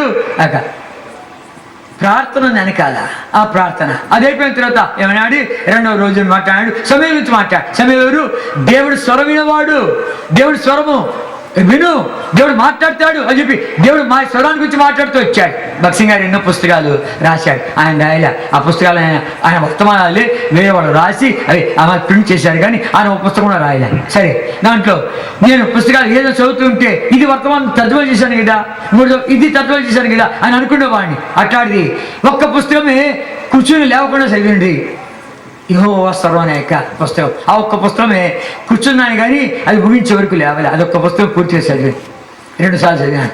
కనుక యెహోవా స్వరం, దేవుడు స్వరం వినేవాడు, దేవుని స్వరం వినేవాడు. సమయంలో దేవుడు స్వరాన్ని వినేవాడు. దేవుడు స్వరాన్ని గురించి మాట్లాడుతూ వచ్చాడు. రెండవ రోజు దేవుడు స్వరాన్ని గురించి. మూడవ రోజు దావీదు గురించి మాట్లాడాడు. దావీదు దేవుడి హృదయానుసారుడు, దేవుడి చిత్తాన్ని ఎరిగిన వాడు. నా హృదయానుసారుడు, దేవుడి హృదయం దావీదు నుండి కలిసిపోయినాయి అని చెప్పి ఆ దేవుడు ఏ రీతిగా ఆయన యథార్థవంతంగా చేశాడు, యథార్థవంతంగా ఎలా చేశాడు, తన పాపాన్ని చూపించగానే యథార్థంగా ఒప్పుకున్నాడు, విరిగిపోయాడు, నలిగిపోయాడు. ప్రవక్తల ద్వారా, పరిస్థితుల ద్వారా దేవుడు మాట్లాడుతూ వచ్చాయంటే విరిగిపోయాడు, నలిగిపోయాడు. కనుక ఆ మనుషుని క్షమించేశాడు. నా హృదయం దావీదు నుండి కలిసిపోయింది అంటున్నాడు, నా ఉద్దేశాలు నెరవేర్చేవాడు అంటున్నాడు. అంతేకాదు తన జీవితం అంతా కూడా నా దృష్టికి ఏదైనా కలమో అదే చేసిన వాడు అంటున్నాడు, నువ్వు కోరుకున్నవాడు అంటున్నాడు. ఇంకేమంటున్నాడు? యెహోవా ఆజ్ఞలన్నీ కూడా గైకున్నవాడు అంటున్నాడు. ఎక్కడి నుంచి మారిపోయి? కనుక యథార్థమైన పశ్చాత్తాపడుతూ వస్తే ఆ మహాగణుడు, ఆ మహోన్నతుడు, మహాపరిశుద్ధుడు, నిత్య నివాసి, మహా ఉన్నతమైన పరిశుద్ధ స్థలాలు నివసించేవాడు ఆయన్ను విలువగల వారి హృదయాన్ని ఉద్యమచేశానికి, నలిగిన వారి హృదయాన్ని ఉద్యమచేశానికి, విలువగల వద్దును దీనమనసుగల వద్దు నివసింపవచ్చేవాడు. ఆ రీతిగా దావీదు పశ్చాత్తాపడ్డాడు, బెత్షెబా పశ్చాత్తాపడింది, ఇద్దరు పశ్చాత్తాపడ్డాడు. ఇద్దరు యొక్క బై ప్రోడక్ట్ సొలొమోను. 4వది సొలొమోను సమాధాన స్థితిలో దేవుడు మందిరం నిర్మాణించాడు. దేవుడు మచ్చు దావీదు పొందినాడు. ఆ యొక్క మచ్చు ప్రకారం మహానువాడు కట్టగానే తయారు చేయగానే వచ్చి దేవుడి మహిమ తేజస్సు దిగింది. ఈ కాపోదు కోల్పోయినటువంటి దేవుడి మహిమ తిరిగి రావాలంటే 4 వ్యక్తుల అవసరం చెప్పి ఆ 4 రోజులు ఆ వర్తమానం నిమిత్తమై 4 రోజులు నిద్రపోయింటే ఒట్టు ప్రార్థన ఉన్నాడు. చూసేట్టుంది ప్రార్థనా పరుడు ఇటాడు చాలా చెప్పగలం. ప్రార్థనా పరుడు కనుక క్రైమ్ చెల్లించడానికి ఇష్టపడినటువంటి వాడు ఆనాడు తీర్మానం చేసుకున్నాడు. ఎంత క్రైమ్ చెల్లిస్తాను ప్రభా, చక్కని తీర్మానం చేసుకో. నీ ప్రార్థన జీవితం ఎట్లుంది? 5 నిమిషాలను ప్రార్థన చేసావా? అరగంటన ప్రార్థన చేసావా? 1 గంటన ప్రార్థన చేసావా? ఒక రాత్రంతో ప్రార్థన చేసావా? నీతో నన్నే పరీక్షించుకున్నాను. నాతో కూడా మాట్లాడాడు, చక్కటి తీర్మానం చేసుకుంటున్నా. కనుక ప్రార్థనా పరుడు, దేవుడి చిత్తాన్ని కనుగొనేవాడు. అర్థమైందా? దేవుడి చిత్తాన్ని కనుక్కునేవాడు. ఎవరు అడిగారు, నీ క్రైస్తవ జీవితంలో విశేషమైన సంగతి ఏంటి అని అడిగారు. అడిగితే నా దేవుడి చిత్తాన్ని కనుగొని దాన్ని చెవిటే దానికంటే గొప్ప దళిత ఒకటి లేదు అన్నాడు. కనిపెట్టేవాడు. వెయిట్ అండ్ సీ అనేవాడు. వెయిట్ అండ్ సీ, కనిపెట్టు, తొందరపడద్దు, కనిపెట్టు, దేవుడు మాట్లాడతాడు, తన చిత్తాన్ని ఎరుక చేస్తాడు అని చెప్పేవాడు. కనుక నేను అడిగాను, ఒకసారి ఒక పుస్తకం రాశారు మీరు, దేవుడి చిత్తం కనుగొంటే ఎట్లు అని చెప్పి 7 అంశాలు రాశారే, ఎన్నింటికో దేవుడి చిత్తం మీరు కనుక్కోవాలి కదా. మీరు ఆ దేవుడి చిత్తం కనుక్కోడానికి ఈ 7 అంశాలు చూస్తారా ప్రతిదానికి అన్నాను. ఏమన్నాడు తెలిసిన? విశాఖపట్నంలో ఎదురు గదిలో ఉన్నాం అన్నాడు. ఏమన్నాడు? తిమోతి, మీ ఇంట్లో ఎవరు దగ్గారు, నువ్వు చూడలే, మా తాత దగ్గాడని చెప్తివి. మీ ఇంట్లో ఎవరు తుమ్మారు, చూడలే, మా అమ్మ తుమ్మిందని చెప్తివి. ఎవరు నడిచి వస్తున్నారు, చప్పుడు వినబడుతుంది, నువ్వు చూడలే, మా నాన్న నడిచి వస్తా అంటే. నీకు ఎలా అయింది? అది అలవాటైపోయింది కదా, ఇల్లు వాతావరణంతో నీకు అలవాటైపోయింది కదా. ఆ రీతిగా దేవుడి స్వరము, దేవుడి చిత్తం మాకు అలవాటైపోయింది అన్నాడు. ఇంకేం మాట్లాడతావు దేవుడితో? అంత అలవాటైపోయింది. అమెరికాలో ఒకసారి ఆ మహానుభావుడు ఉంటే ఏం జరుగుతుంది? కోషి గారి ఇంట్లో ఉన్నాడు అమెరికా వైట్ హౌస్ అంటే అమెరికా రాష్ట్రపతి యొక్క భవనం. అది సామాన్యుది కాదు. ప్రపంచంలో అగ్రదేశం యొక్క అగ్రరాజు, సామాన్యుడు కాదు వైట్ హౌస్ ప్రెసిడెంట్ అంటే. అతనికి ఉండే విమానం కొనుక్కొండకూడదు ప్రపంచంలో, అతనికి ఉండే కారు కొనుక్కొండకూడదు, అతనికి ఉండే కంఫర్ట్స్ కొనుక్కొండకూడదు. అర్థమైందా? అట్లాంటి వాడు ఇక అమెరికా ప్రెసిడెంట్ అంటే కనుక మా ప్రెసిడెంట్ మా యొక్క రాజు అంటే అట్లాంటి వాడు అని చెప్పి అంత కనపరుస్తారు వాళ్ళు. ఆయన భవనంలో చిన్న చర్చ్ ఉంది. ఎట్లా కనుక్కున్నారు? ఇండియా దేశపు ఇక బక్సింగ్ గారు దైవజనుడు ఉన్నాడు, అమెరికాలో ఉన్నాడు, కోషి గారి ఇంట్లో ఉంటున్నాడు. ఆయన వచ్చి ఇవాళ బైబిల్ స్టడీ తీసుకుంటాడా అని చెప్పి ఫోన్ చేశారు. అయ్యా వైట్ హౌస్ నుండి పిలిపింది, వైట్ హౌస్ నుండి మాట్లాడుతున్నాము, మీ ఇంట్లో అమెరికా నుండి వచ్చిన ఇండియా నుండి వచ్చిన దైవజనుడు బక్సింగ్ గారు ఉన్నాడని, ఆయన ఈవేళ సాయంకాలము ఒక బైబిల్ స్టడీ తీసుకుంటారా అని అడిగాడు. అయ్యా వైట్ హౌస్ నుంచి వచ్చిన ఫోను, మీరు తీసుకుంటారా అని అడిగితే అన్నాడు, నేను ప్రార్థన చేసి చెప్తాను అన్నాడు. అయ్యా ఆయన ప్రార్థన చేసి చెప్తా అంట, కొంచెం వ్యవధి ఉండి అని, ఎంతసేపు ఇంకో అరగంట తర్వాత చేయండి అన్నాడు. పెట్టేశాడు. ఇంకో అరగంట తర్వాత మళ్ళీ ఫోన్ చేస్తే ఏమని అని చేసే కొలిది, అయ్యా ఏమైంది అని కొలిది అన్నాడు బక్సింగ్ గారు. దేవుడు నాకు అనుమతించలేదు, నేను పోను అన్నాడు. అయ్యా దేవుడు అనుమతించాలని ఆయన రాడంట అని కొలిది, ఆయనతో చెప్పండి this call is from White house, అధికారంతో మాట్లాడుతున్నారు. ఇది ఎక్కడి నుంచి వస్తుంది? ఇది శ్వేత భవనం నుండి వస్తుంది. ప్రపంచ అగ్రరాజ్యమైనటువంటి మా రాజు ప్రెసిడెంట్ ఆయన భవనం వస్తుంది కనుక చెప్పండి ఆయనకు, this call is from White House అని మళ్ళీ చెప్పండి అని అంటూ వెళ్ది. బక్సింగ్ అన్నారు, whether this call may be from White House or Black House I'm not going అన్నాడు. అది శ్వేత భవనం రాని నల్ల భవనం రాని నేను మాత్రం వెళ్ళాలని చెప్పాడు. అర్థమైందా? అంత ఖచ్చితమైనటువంటి మనుషుడు. మేము నాగపూర్కి వెళ్ళాం. నాగపూర్ వెళితే మా గత్యంతరంలో ఒక మిషన్ దగ్గరికి పోవాల్సి వచ్చింది. మన సంస్థ లేదు అక్కడ, మన సంఘాలు లేవు అప్పుడు. చోటకి వెళ్తే ఆయన అంటాడు, ఎంతమందికి మేము పిలిచాము వాళ్ళంతా కూడా ఇట్లా వచ్చేసేవాళ్ళు. దైవజనుడు భక్తాన్ని పిలిస్తే ఐఎమ్ స్టిల్ ప్రేయింగ్ ఇంకా ప్రార్థన చేస్తాడు. ఆయన సంగతి వాళ్ళకి ఏం తెలుసును కనుక ఆయన ఒకటే అండి దాన్ని ఇంకా ప్రార్థన చేస్తున్నా అని. ఒకసారి రష్యాలో, అప్పుడు రష్యా నాస్తిక దేశం, రష్యాలో విమానము మళ్ళించారు. వాతావరణం బాగలేక రష్యాలో ఒక గంట సేపు విమానాశ్రయంలో కూర్చోవలసి వచ్చిందంట. రష్యాలో కూర్చున్న ఒక గంట సేపు ఈ నాస్తిక దేశం వరకు ఆ గంట సేపు రష్యాకు ప్రార్థన చేసి అన్నాడు. రష్యా తారుమారైపోయింది, కమ్యూనిజం అంతా కూలిపోయింది, వాళ్ళ బొమ్మలను పగల కొట్టేశారు, అంత నాశనం అయిపోయింది. అవన్నీ మన చెట్లు తయారైనాయి. అబ్బాబా ఎన్నినాయి. ఇటీవల నేను క్యూట్ పోతూ ఉంటే విమానాశ్రయంలో కూర్చోంటే నాతో పాటు ప్రయాణించేవాడు వాడు పక్కన కూర్చోంటే వాడు వేరే దేశం పోతున్నాడు. వాళ్ళతో మాట్లాడుతూ ఉంటే వాడు రష్యా నుండి వచ్చాడు. రష్యాలో చర్చ్ ఉందని చెప్తున్నాడు. ఆశ్చర్యపోయాం మేము. రష్యాలో చర్చలు ఉన్నాయి, రష్యా బైబిల్ ఉంది, నేను అక్కడి నుంచి వచ్చాను కనుక రష్యా పోవాలా, ఈ దారిలో వచ్చానికి వీళ్ళు వెళ్ళాను. మా అత్తగారితో చాలాసేపు మాట్లాడాను. మా అత్త తర్వాత చెప్పింది నాకు. నేను గమనించమంటే ఇప్పుడు రష్యాలో సంస్థలు తెరబడ్డాయి. ఎందుకు? ఆ దైవజనుడు కూడా ప్రార్థన చేశాడు. ఎంతమంది ప్రార్థన చేశారు? ఆయన కూడా ఒక గంట సేపు ప్రార్థన చేసి అన్నాడు. కనుక ఆయన ప్రార్థన ద్వారా ఎన్ని తిరుగుతూ వచ్చాయి, ఎన్ని కొన్ని స్థలాలు వస్తే అన్న ఈ స్థలం మేము తీసుకొని కొడుతున్నాం అంటే వద్దు చెప్పేసేవాడు. అంటే వద్దు తీసుకోబాకపోయాను.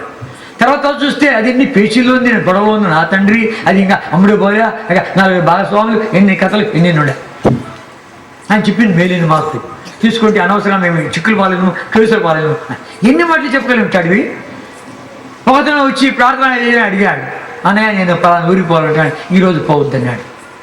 బాగానే వచ్చి చెప్పాను, చెప్పండి బాగుండి అనవసరం ఇంకా చెప్పాడు అని చెప్పి ఇంకా పోతే మర్యాద ఉంటుందని చెప్పి ఆగిపోయాడు. ఆ రైలు బోర్డు యాక్సిడెంట్ అయింది. అమ్మా దైవజనుడు ఎంత మేలింది. ఇట్లాంటి ఏం చెప్పగలము? విశాఖపట్నంలో సువార్త సేవ జరుగుతుంది. ఎడ్ల బండ్ల మీద I'm telling about 40 years back story. దాదాపు 40 సంవత్సరాలకి పైనే మనకి చాలా చెప్తా ఉండ. ఎడ్ల బండి మీద స్వార్థ జరుగుతుంటే ఆ స్వార్థ అయిపోయిన తర్వాత ఇంకా వాళ్ళు వెళ్ళాలి. ఎడ్విన్ యారని ఒక ఆయన ఉన్నాడు. ఆయన చెప్పి ఎడ్విన్ ఇక బండ్లను తీసుకొని పోయి ఇంకా ఈ సామాన్ తీసాము, ఎడ్ల బండి వేసాము, తీసుకొని పోయి టికెట్ కొను అన్నాడు. డబ్బు ఇవ్వలే. టికెట్ కొనుంటే ఎట్లా టికెట్ కొనాలా? వాడికి బాడీ ఇవ్వాలా? అన్న డబ్బు ఇస్తావా? వాడి టికెట్ ఇవ్వలేదండి, నువ్వు వద్దులే వాడు రాట్టాడు. ఆయనకు వెంటనే లోపడతాడు కాబట్టి దేవునికి ఆయనకు కూడా వెంటనే లోపడాలి. ఆయన వెంటనే లోపడకపోతే నీ ఛాన్స్ మూడు బాయ్. అర్థమైందా? కనుక బక్సింగ్ గారు ఒకసారి మద్రాస్ కాన్వకేషన్ పోయాం. 10 రోజుల ముందే వెళ్ళాం. అక్కడ పనులను చేసానికి వెళ్ళాం. మద్రాస్ కాన్వకేషన్ వెళితే ఈ టేబుల్ అంత ఎత్తుంది. అక్కడి నుంచి మట్టి గడ్డ, అంత పెద్ద గడ్డ, మట్టి గడ్డ. నన్ను పిలిచి తిమోతి ఇదంతా తవ్వేసి ఈ మట్టిని ఎత్తి ఆడ పరచాలన్నాడు. సరే బ్రదర్ నేనంట అది తెచ్చిపెట్టుంది. సరే బ్రదర్ నేను ఆయన వెంటనే లోపల అంతే, ఇంకేం మాట్లాడకూడదు, వెంటనే లోపడాలి. మోకాళ్ళ మీకు వచ్చాను, మోకాళ్ళ మీకు వచ్చి ప్రార్థన చేసుకున్న ప్రభా దేవదాసుడు ఉన్నాడు, ఇదంతా ఎత్తియాలంట, ఆడ పరసాలంట, ఈ గడ్డంతా ఎత్తియాలంట అని చెప్పి గడపార తర్వాత ఏది గంప అని తీసుకొచ్చాడు. పెట్టి మోకాళ్ళకి వచ్చాను, ప్రార్థన చేసి లేవగానే క్యాలింపౌండ్లు చూస్తున్నారు. వాళ్ళు చూశాను క్యాలింపౌండ్లు. ఆ క్యాలింపౌండ్ ఎన్నోసార్లు పోయాను కదా, ఆ 4 ముక్కలు వాళ్ళది భాష నేర్చుకున్నాను, పరిగెత్తపోయాను. బాగుండరా దాజు తపాలి కస్తూరంచా దాజుచే జాజుతే అని వాళ్ళ భాషలో 2 ముక్కలు మాట్లాడి అందరిని కలుసుకొని, వాళ్ళు నాకు తెలుసు కదా అని కలుసుకొని రండి మీ సామాన్ తీసుకొని పెడతామని చెప్పి అని పెట్టిన తర్వాత బక్సింగ్ గారు పని చెప్పారు, చేస్తామని పదవి చేస్తాము అని అందరిని పట్టుకొచ్చి చేస్తామంటే వీడు మళ్ళీ చేస్తున్నాడు లేదని చూశానికి వస్తాడు. అమ్మా అట్లాంటి చెప్పిన మళ్ళీ చూస్తున్నాడు, నేను కూడా మోస్తున్నా, నేను కూడా ఇంకా తట్టు తీసుకొని మోస్తున్నాను చూశాడు కనుక ఆయన చెప్పినప్పుడు వెంటనే లోబడు, దేవుడు చేసే కార్యం చూస్తావు, కృప చూస్తావు కనుక ఎడ్విన్ ఆనందన్నాడు. ఎడ్విన్ ఈ యొక్క బండి మీద సామాన్ తీసుకోబో, మనం ఎంతమంది అందరికి పిల్లలందరికీ టికెట్ కొను అని చెప్పేశాడు. సరే మీద అని పోతున్నాడు. మేము ఇట్లా స్వార్ చేసుకుంటూ వస్తాము అన్నాడు. ఆ స్వార్ చేసుకుంటూ వస్తామంటే ఎవరితో పంపిస్తాడు, మా డబ్బు రకరకాలుగా అనుకుంటున్నాడు, ఎవరిని వస్తాడని చూస్తున్నాడు. స్టేషన్ వచ్చేసింది, బండి సామాన్తో దించుకోవాలా, ఒకటి దించుతున్నాడు, వీడికి అద్దె కట్టాలా, నా తండ్రి ఎక్కువచ్చిందో అని చెప్పి నెమ్మదిగా దించుతున్నాడు. ఒకటి పెట్టి ఎవరైనా వస్తాడని చూస్తున్నాడు, ఒకటి రావట్లే కదండి ఇటు అనే బుద్ధి. ఈ 2-3 సామాన్లు ఉన్నాయి. ఆ సమయంలో ఎవడో పరిగెత్త వచ్చి అయ్యా 2 రోజులు మీటింగ్ పెట్టాలి, ఇది బక్సింగ్ గారి పార్టీ సంబంధమా, అమ్మమ్మ ఎక్కడికి పోతావు చెప్పండి, వీడికి అని చెప్పు నేను ఇస్తా, ఎంతమంది చెప్పు, ఎవరు చెప్పు, టికెట్ నేమంటా, నువ్వు కొనబాకు. ఆశ్చర్యపోయాడు. అది అయిపోయిన తర్వాత స్వార్థ సేవ అయిపోయి బక్సింగ్ గారు ఆ రైలు బండి ఎక్కేటి ఆయనకు వచ్చి ఎడ్విన్ నేల మీద చేయి పెట్టి ఎడ్విన్ ప్రభు నీకు సహాయపడ్డాడు అన్నట్ట. ఆశ్చర్యం. ఇది మాట. ఆయనకి అద్భుతాలు చాలా జరిగే, 1 కాదు 2 కాదు. ఈ మాట విను, ఎడ్విన్ ప్రభు నీకు సహాయపడ్డాడు అంటే కళ్ళలో నీళ్ళు వచ్చాయండి. రాత్రి ప్రభు మాట్లాడినాడేమో, ఇట్లాంటి ఎన్ని చెప్పగలము, ఈ రాత్రి అంతా కూర్చోబెట్టి చెప్పగలము. కనుక ఆయన జీవితంలో ఎన్ని అద్భుతాలు చేశాడు, ఎన్ని ఆశ్చర్యకార్యాలు చేశాడు. విమానం ఎక్కాలి, అనౌన్స్ చేస్తున్నారు, ఫలానా ఫ్లైట్ వెళ్తుంది ప్యాసింజర్ అంతా బోర్డింగ్ అని చెప్పి ఎక్కండి అని చెప్పి అంటుంటే అందరూ చెప్తున్నారు బక్సింగ్ గారికి, అన్న నీ విమానమే ఇంకా కదలమంటున్నారు, అందరూ ఎక్కమంటున్నారు అంటే వెయిట్ అంటున్నాడు. నాకు తూరు మాట్లాడతారు. ఇంకోటి వచ్చి అన్న అనౌన్స్మెంట్ అయింది మీరు పోవాలంటే వెయిట్. బ్రిటిష్ దొర ఉన్నాడు ఆయన అబ్బీస్ అని, వాళ్ళు బ్రిటిష్ వాళ్ళు చాలా క్రమాన్ని పాటిస్తారు. ఆయన ఒకసారి బక్సింగ్ గారితో కూడా కోప్పడి మాట్లాడేటువంటి వాడి ఆయనకు అర్చర్ నువ్వు పోయి చెప్పు, నువ్వు చెప్తే లేస్తాడు అని చెప్పి వచ్చి వెళ్ళి అన్నయ్య your time is over, announcement is made కనుక your flight is ready, you have to go inside. Wait అన్నాడు. డాడీపోయాడు వెయిట్ అంటే ఆయన నోరు పోసుకున్నాడు. తర్వాత అనౌన్స్మెంట్ ఆ ఫ్లైట్ కొంచెం రిపేర్లో ఉంది 1 గంట ఆలస్యము పేరుంది. ఆ మనిషికి ముందే తెలుసు, ఇట్లాంటి ఎన్ని చెప్పగలము. బక్సింగ్ గారి విమానానికి వెళ్ళాలి, ఇంటికి మోసే సందర్భం బక్సింగ్ విమానం వెళ్ళాలంటే ఇంకా 1 గంట ముందే వెళ్ళాలి, 1 గంట ముందే వెళ్ళాలి, విమానం చేరుకోవాలి. అట్లాంటి సంగతి అట్లాంటిది. అప్పుడు ఎవరు వస్తామంటే వెనకాల ఉండే పెద్దలంతా కూడా బక్సింగ్ గారిని ఎంటోడు వస్తామంటే కైనా ఎవరైనా కలుసుకుంటే పిచ్చోడు ఇప్పుడు ఇచ్చేస్తాండి నా మా పార్టీ టైం ఎట్ట పోరా ఆవిడ గేడి పేదవాళ్ళు నాకు వీడిక్కడ వచ్చారు మా పార్టీకి టైం పోతుందిరా అని వాళ్ళకి తొందర నేనికే తొందరలే నిండుకుండా ఆయనకి తొందర లేకుండా ఇంకా తీరా ఎక్కిపోతా ఉంటే ఆ విమానం పోతా ఉంటే ఆ ఏ విమానం ఉంటే మీరు పోవచ్చు విమానం పోతా ఉంది అన్నారు. వెనక్కి పోతామా అతనికి పోతాం, ముందుకు పోతామండి, ముందు పోయి వెళ్తే ఏమైంది, ఆ విమానంలో ఒక సాయిబుల్ రాణి పోతా ఉంటే ఆమె బాత్రూమ్ పోయి మొంగడుక్కునేదానికి తన ఉంగరం తీసి ఆడబెట్టి మొంగడుక్కొని ఆ ఉంగరం మర్చిపోయి వచ్చింది. ఆ ఉంగరము తన కాబోయే పెరుగుటి ఇచ్చిందంట, అదంతా విలువైందంట.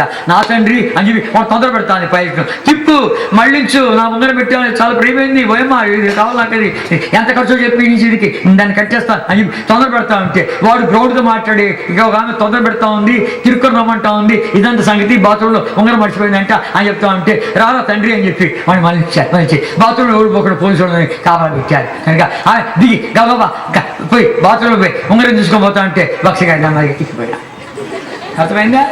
ఆయన కొరకు ఇట్లా ఏం చెప్పగలము కనుక రైలు బండి ముందర ప్రార్థన చేస్తున్నాడు. ప్రార్థన చేస్తూ ఉంటే ఒక ఆయన బండి గట్టి పట్టుకున్నాడు. ఇంతసేపు ఆ ప్రార్థన బండి కదిలితే ఎట్లా పట్టుకో రైలు పట్టుకొని అందరూ మోకాళ్ళు ఉంటే ప్రార్థన చేస్తూ ఉంటే అట్లా ఉన్నాడు. నేను అక్కడ ఉన్నాను అంటే అన్నాడు, కాదన్నా ఇంతసేపు ప్రార్థన చేస్తే బండి కదిలితే అని అన్నాడు. దాని డ్రైవర్ ఇక్కడ ఉన్నాడు, దాని గార్డ్ ఇక్కడ ఉన్నాడు, ఇద్దరు మోకాళ్ళకి వచ్చాడు. ఎడబోతుంది అన్నాడు. ఇట్లా ఎన్ని ఆ మొహాన్ని వాడి జీవితంలో కనుక ఎన్ని అద్భుతాలు, ఎన్ని ఆశ్చర్యకార్యాలు చూశాం. స్వస్థత చూశాను, ఆయన ప్రార్థన ద్వారా స్వస్థతలు చూశాను. ఎన్ని స్వస్థతలు! దేవుడు అలా వాడుకున్నాడు ఆ మనుషుల్ని. వానికి గొంతు పడిపోయింది. వాడిని గొంతు పడిపోతే వాడికి కలబడిందంట. హాస్పిటల్లో ఉన్నాడు. వాడికి కలబడితే ఆ కల్లో ఏముంది, నువ్వు బక్సింగ్ గారి దగ్గరకు హైదరాబాద్లో ఉన్నాడు, ఆయన ప్రార్థన చేస్తాడు, నీకు గొంతు వస్తుంది అని చెప్పాడు. కళ మాట్లాడాడు కాబట్టి రాసి నర్సుకి ఇచ్చాడు. ఆ నర్సు విశ్వాసి, అమ్మమ్మ నాకు తెలుసు, నేను ఉత్తరం రాసి పంపిస్తా, నువ్వు పో అని చెప్పి ఒక మనిషి ఇచ్చి పంపిస్తే మేమంతా కుటుంబ ప్రార్థన ఉన్నాం కనుక ఆ మనిషి వచ్చే కొద్ది దేవజనుడు బక్సింగ్ గారి ప్రార్థనలో వచ్చాడు. ఏంటి సంగతి అంటే ఇది అన్నారు. అనగానే నువ్వు తీసుకొచ్చి ప్రార్థన చేశాడు. ప్రార్థన చేసి దేవుడికి స్తోత్రం అని చెప్పు అన్నాడు. అని వెళ్ది తీసుకొని తెప్పాడు. గట్టిగా చెప్పు, దేవుడు స్తోత్రం అన్నాడు. అనగానే ఆడ కుటుంబ ప్రార్థన అవుతుంది ఓ అని చెప్పి లోపలికి వెళ్ళిపోయాడు. అదే మనం ఇంటే రా నిలబడి ఇక్కడ చెప్పు, ఎవరు చెప్పు ఏ ప్రార్థన చెప్పు, వీడియో కెమెరా ఎవరు అంతా తీసుకోండి, మ్యాగ్జిన్లో ఇలా దేవుడికి మహిమ ఆరోపించిన వాడు ఈ మనుషుడు. దేవుడికి మహిమ ఆరోపించిన వాడు, తన ఘనత కొరకు ఏది చేసిన వాడు కాడు. ప్రతి విషయంలో దేవుడిని మహిమపరిచిన వాడు, క్షమించేవాడు, క్షమాపణ అడిగేవాడు. విశేషమైన లక్షణం ఇది, నేర్చుకుంటాం మనం కూడా. క్షమించేవాడు, క్షమాపణ అడిగేవాడు. అర్థమైందా? క్షమించేవాడు, క్షమాపణ అడిగేవాడు.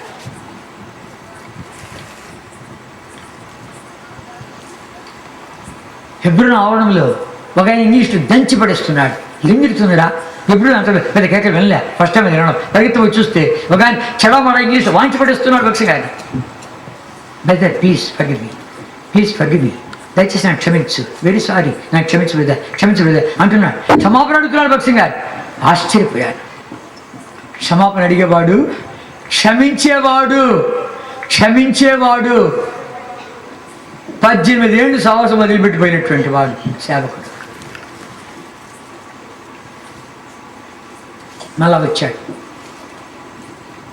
బక్సింగ్ గారు. తిమోతి ఫలానా నీకు తెలుసా అన్నాడు. నేను విన్నాను కానీ నేను చూడలేదు అన్నా అని చెప్పాను. అట్లా బయట కాసుకున్నాడు. పిలువు టీకి అన్నాడు. బయట కాసుకొని టీకి పిలువు అన్నాడు. అయ్యా ఫలానా పేరు మీనేనంటే నేనయ్యా బక్సింగ్ గారు పిలుస్తున్నారు అన్న. లోపలికి వచ్చాడు. 18 ఏళ్ళు వెళ్ళిపోయినటువంటి వాడిని ఎలా కౌగిలించుకున్నా అంటే, నువ్వే తప్పు చేయలేదు, నువ్వే పొరపాటు చేయలేదని అలా కౌగిలించుకున్నాడు. మళ్ళీ తన స్థానం తనకి ఇచ్చాడు. ఇట్లాంటి ఎన్ని చెప్పగలము? మనం ఎట్లున్నాము? ఒకడు కరపత్రికేశాడు బక్సింగ్ గారి మీద, విరుద్ధంగా కరపత్రికేశాడు. అది బక్సింగ్ గారి చేతికి కూడా వచ్చింది. వస్తే నవ్వుకున్నాడు బక్సింగ్ గారు. ప్రార్థన చేశాడు. ఏమో వాడి 4 నోట్లోనే వాసిపోయింది. ఆయన 4 నోట్లోనే వాసిపోతే అబ్బబ్బా అంటాడు. ఇంక తినేది ఎట్లా, మాట్లాడేది ఎట్లా. హాస్పిటల్లో పడ్డాడు. ఉత్తరం రాశాడు, బక్సింగ్ గారి పిల్లలు పంపించండి, నాకు ప్రార్థన చేయాలా అని. బక్సింగ్ గారు ఎంత మంచి ప్రార్థన చేశాడు. ప్రభా, నోరంతా నాలుకైపోతే తినేది ఎట్లా, మాట్లాడేది ఎట్లా, ప్రభా కనికరించు, తాకు నాయనా, కనికరించవా, తాకవా, నీ రక్తశక్తిని విడుదల చేయవా. మంచి ప్రార్థన చేశాడు. అది మనం అంటే జాగ్రత్త, పిచ్చి వేషాలు ఇస్తావా. ఇప్పుడు 4 వాసిపోయింది, ఈసారి నేను తలకాయ వాసిపోతుంది, జాగ్రత్త. అది మనం మాట్లాడి ఆ దైవజనుడు అలా ప్రార్థన చేశాడు. చక్కగా అలా మాట్లాడుతూ వచ్చాడు. కనుక క్షమించేవాడు, క్షమాపణ అడిగేవాడు.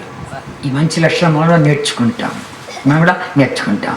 అంతేకాదు ఇంకా చెప్పాలంటే ఆ దైవజనుడు పునరుత్థాన శక్తుల గురించి మాట్లాడేవాడు. పునరుత్థాన శక్తుల గురించి. ఈ శక్తి ప్రపంచంలో ఎక్కడ దొరకదు. మరణ భూస్థాపన పునరుత్థాన శక్తి, ఇది అతీతమైన శక్తి. మరణానికి ఇచ్చిన శక్తి, లోకాన్ని, సైతాన్ని, సమాధిని, శోధనలు, సమస్తాన్ని గెలిచినటువంటి ఈ శక్తి ఇది అందుబాటులో ఉంది అని చెప్పి ఈ పునరుత్థాన శక్తిని రుజువు చేశాడు. దాని గురించి గవర్నమెంట్తో మాట్లాడుతూ వచ్చేవాడు.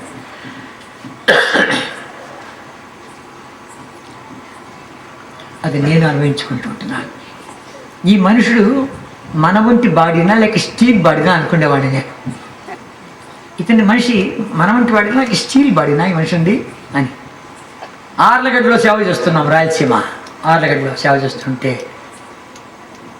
నెల్లికి జేవియర్ అని ఆయనకి టైపిస్ట్ ఉంది, స్టెనో ఉంది, ఆంగ్లో ఇండియన్. ఆమె టైప్ చేస్తుంది, షార్ట్ హ్యాండ్ చేసుకుంటుంది, ఉత్తరాలు రాస్తుంది, నమ్మకస్తురాలు. ఆమె చనిపోయింది. ఆమె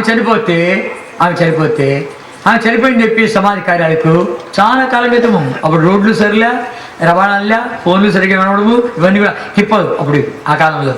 ఆ పెద్ద ఓఎం ట్రక్కులో ఎత్తెత్తి కొట్టేస్తా ఉంటే రోడ్డు సరిలేనటువంటి కాలంలో ఆ సమాధి కొడుకని దాంట్లో వెళ్ళాడు, ఒంటిగా వెళ్ళాడు. పాపం ఎవరు తీసుకోమని మేమంతా స్వార్థ సేవలో ఉన్నాం ఆలగడ్డ ప్రాంతంలో.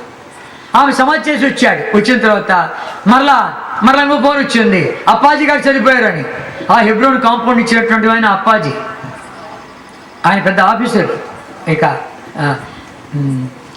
హైదరాబాద్ నవాబు దగ్గర. ఆయన పెద్ద కాంపౌండ్, నన్ను చూసుకో చాలు, ఈ స్థలం తనకి ఇచ్చేస్తున్నాను, సేవకు వాడుకో అని చెప్పి ఇచ్చాడు. ఆయన చనిపోయేవారికి అక్కడే ఉన్నాడు. ఆయన చనిపోయడమే కాదే మళ్ళా బయలుదేరాడు. అరే ఈ మనుషుడు మన వంటి బాడీనేనా, మన వంటి శరీరమేనా? అరే గుల్లైపోతా ఉంటే మళ్ళా పోయినా మళ్ళీ వచ్చాడు. పునరుత్థాన శక్తి గురించి మాట్లాడేవాడు, ఇది అనుభవించుకునేవాడు. ఆయన ప్రసంగం చేసేవాడు ఏమంటాడు, మీరు అనుకోవచ్చు భక్సింగ్ గారు ఇది నీ బోట్ వాళ్ళకే కానీ మా బోట్ వాళ్ళకి కాదు ఇది అని అనుకుంటావేమో. కాదు, అది నీకు, అది నీకు, అది నీకు, అది నీకు, అది నీకు కూడా అని చెప్పేవాడు. అర్థమైందా? అది నాకే కాదు నీకు కూడా ఇస్తాడు అని చెప్పేవాడు. పునరుత్థాన శక్తిని గురించి రుజువు చేశాడు. అది ఇప్పుడు నా జీవితంలో నేను కూడా రుజువు చేయాలని కోరుతున్నాను.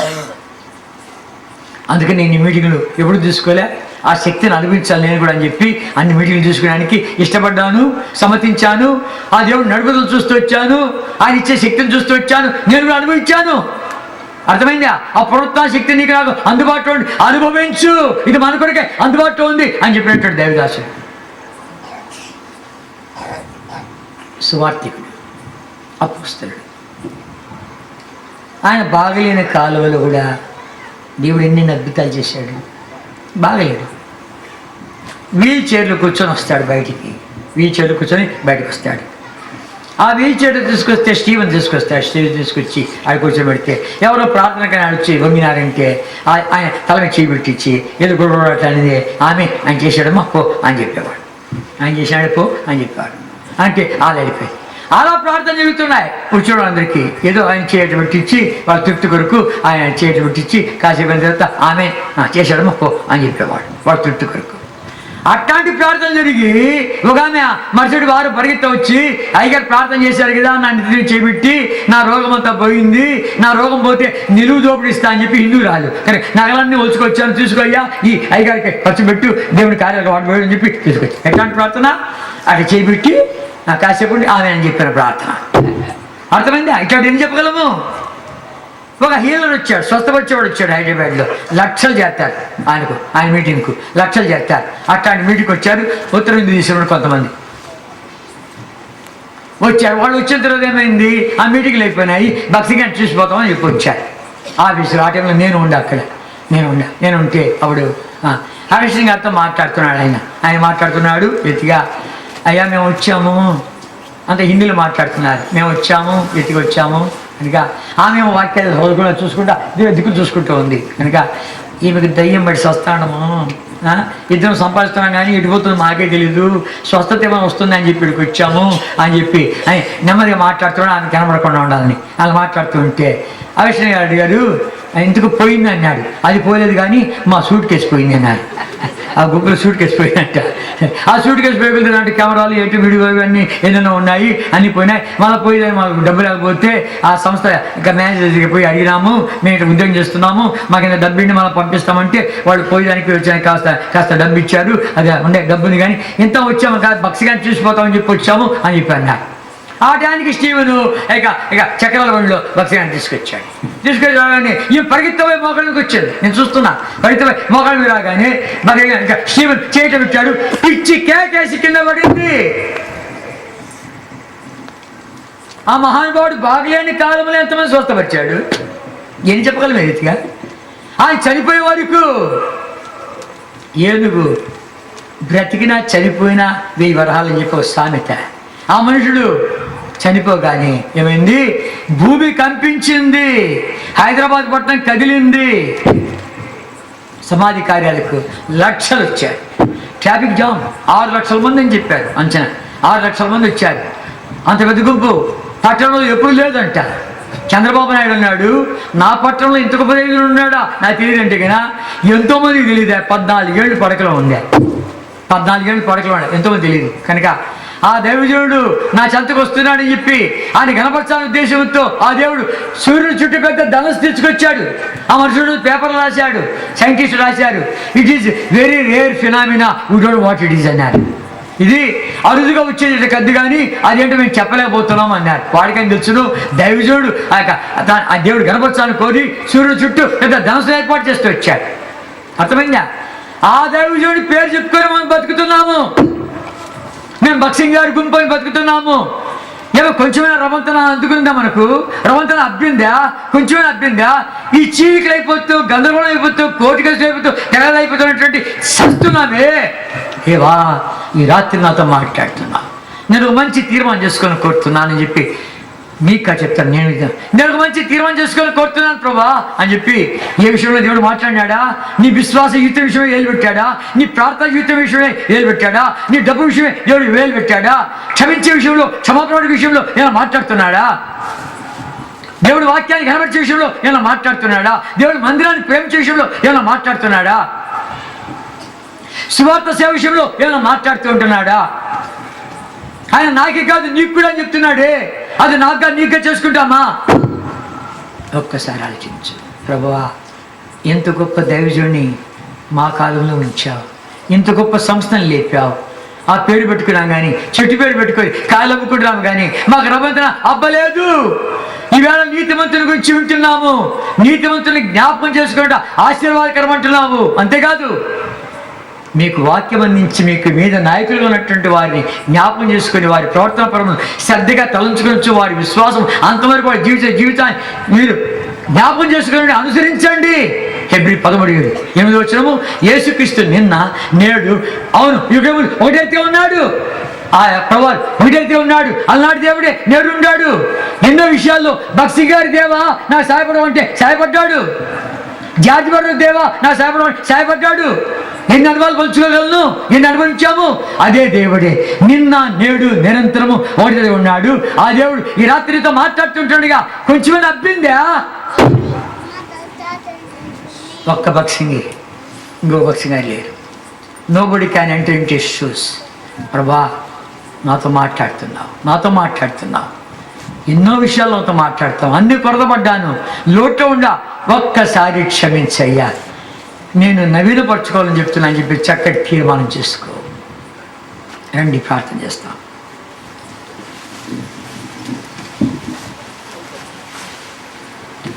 అలాగే కళ్ళు మూసుకోండి.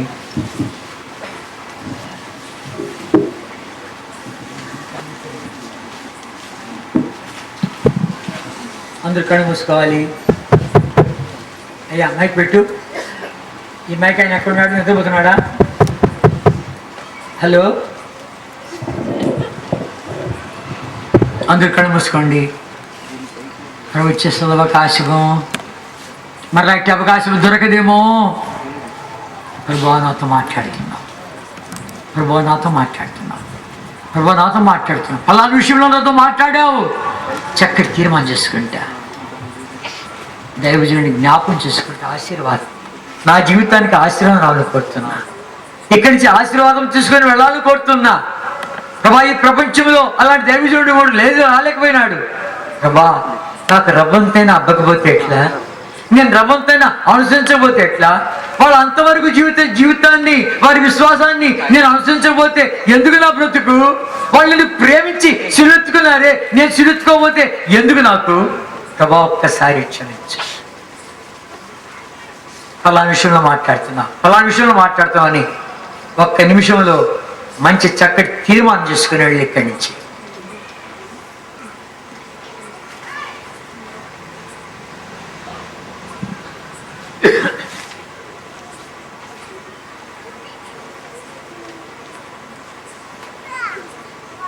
ప్రేమ తండ్రి, పరిశుద్ధ దేవ, జీవుల మనైనా తిరిగి మీ ప్రియ పాదం చెంత ప్రభు రక్షణ యేసుక్రీస్తు వారికి శ్రేష్టమైన ఘనమైన నామం పెట్టారు.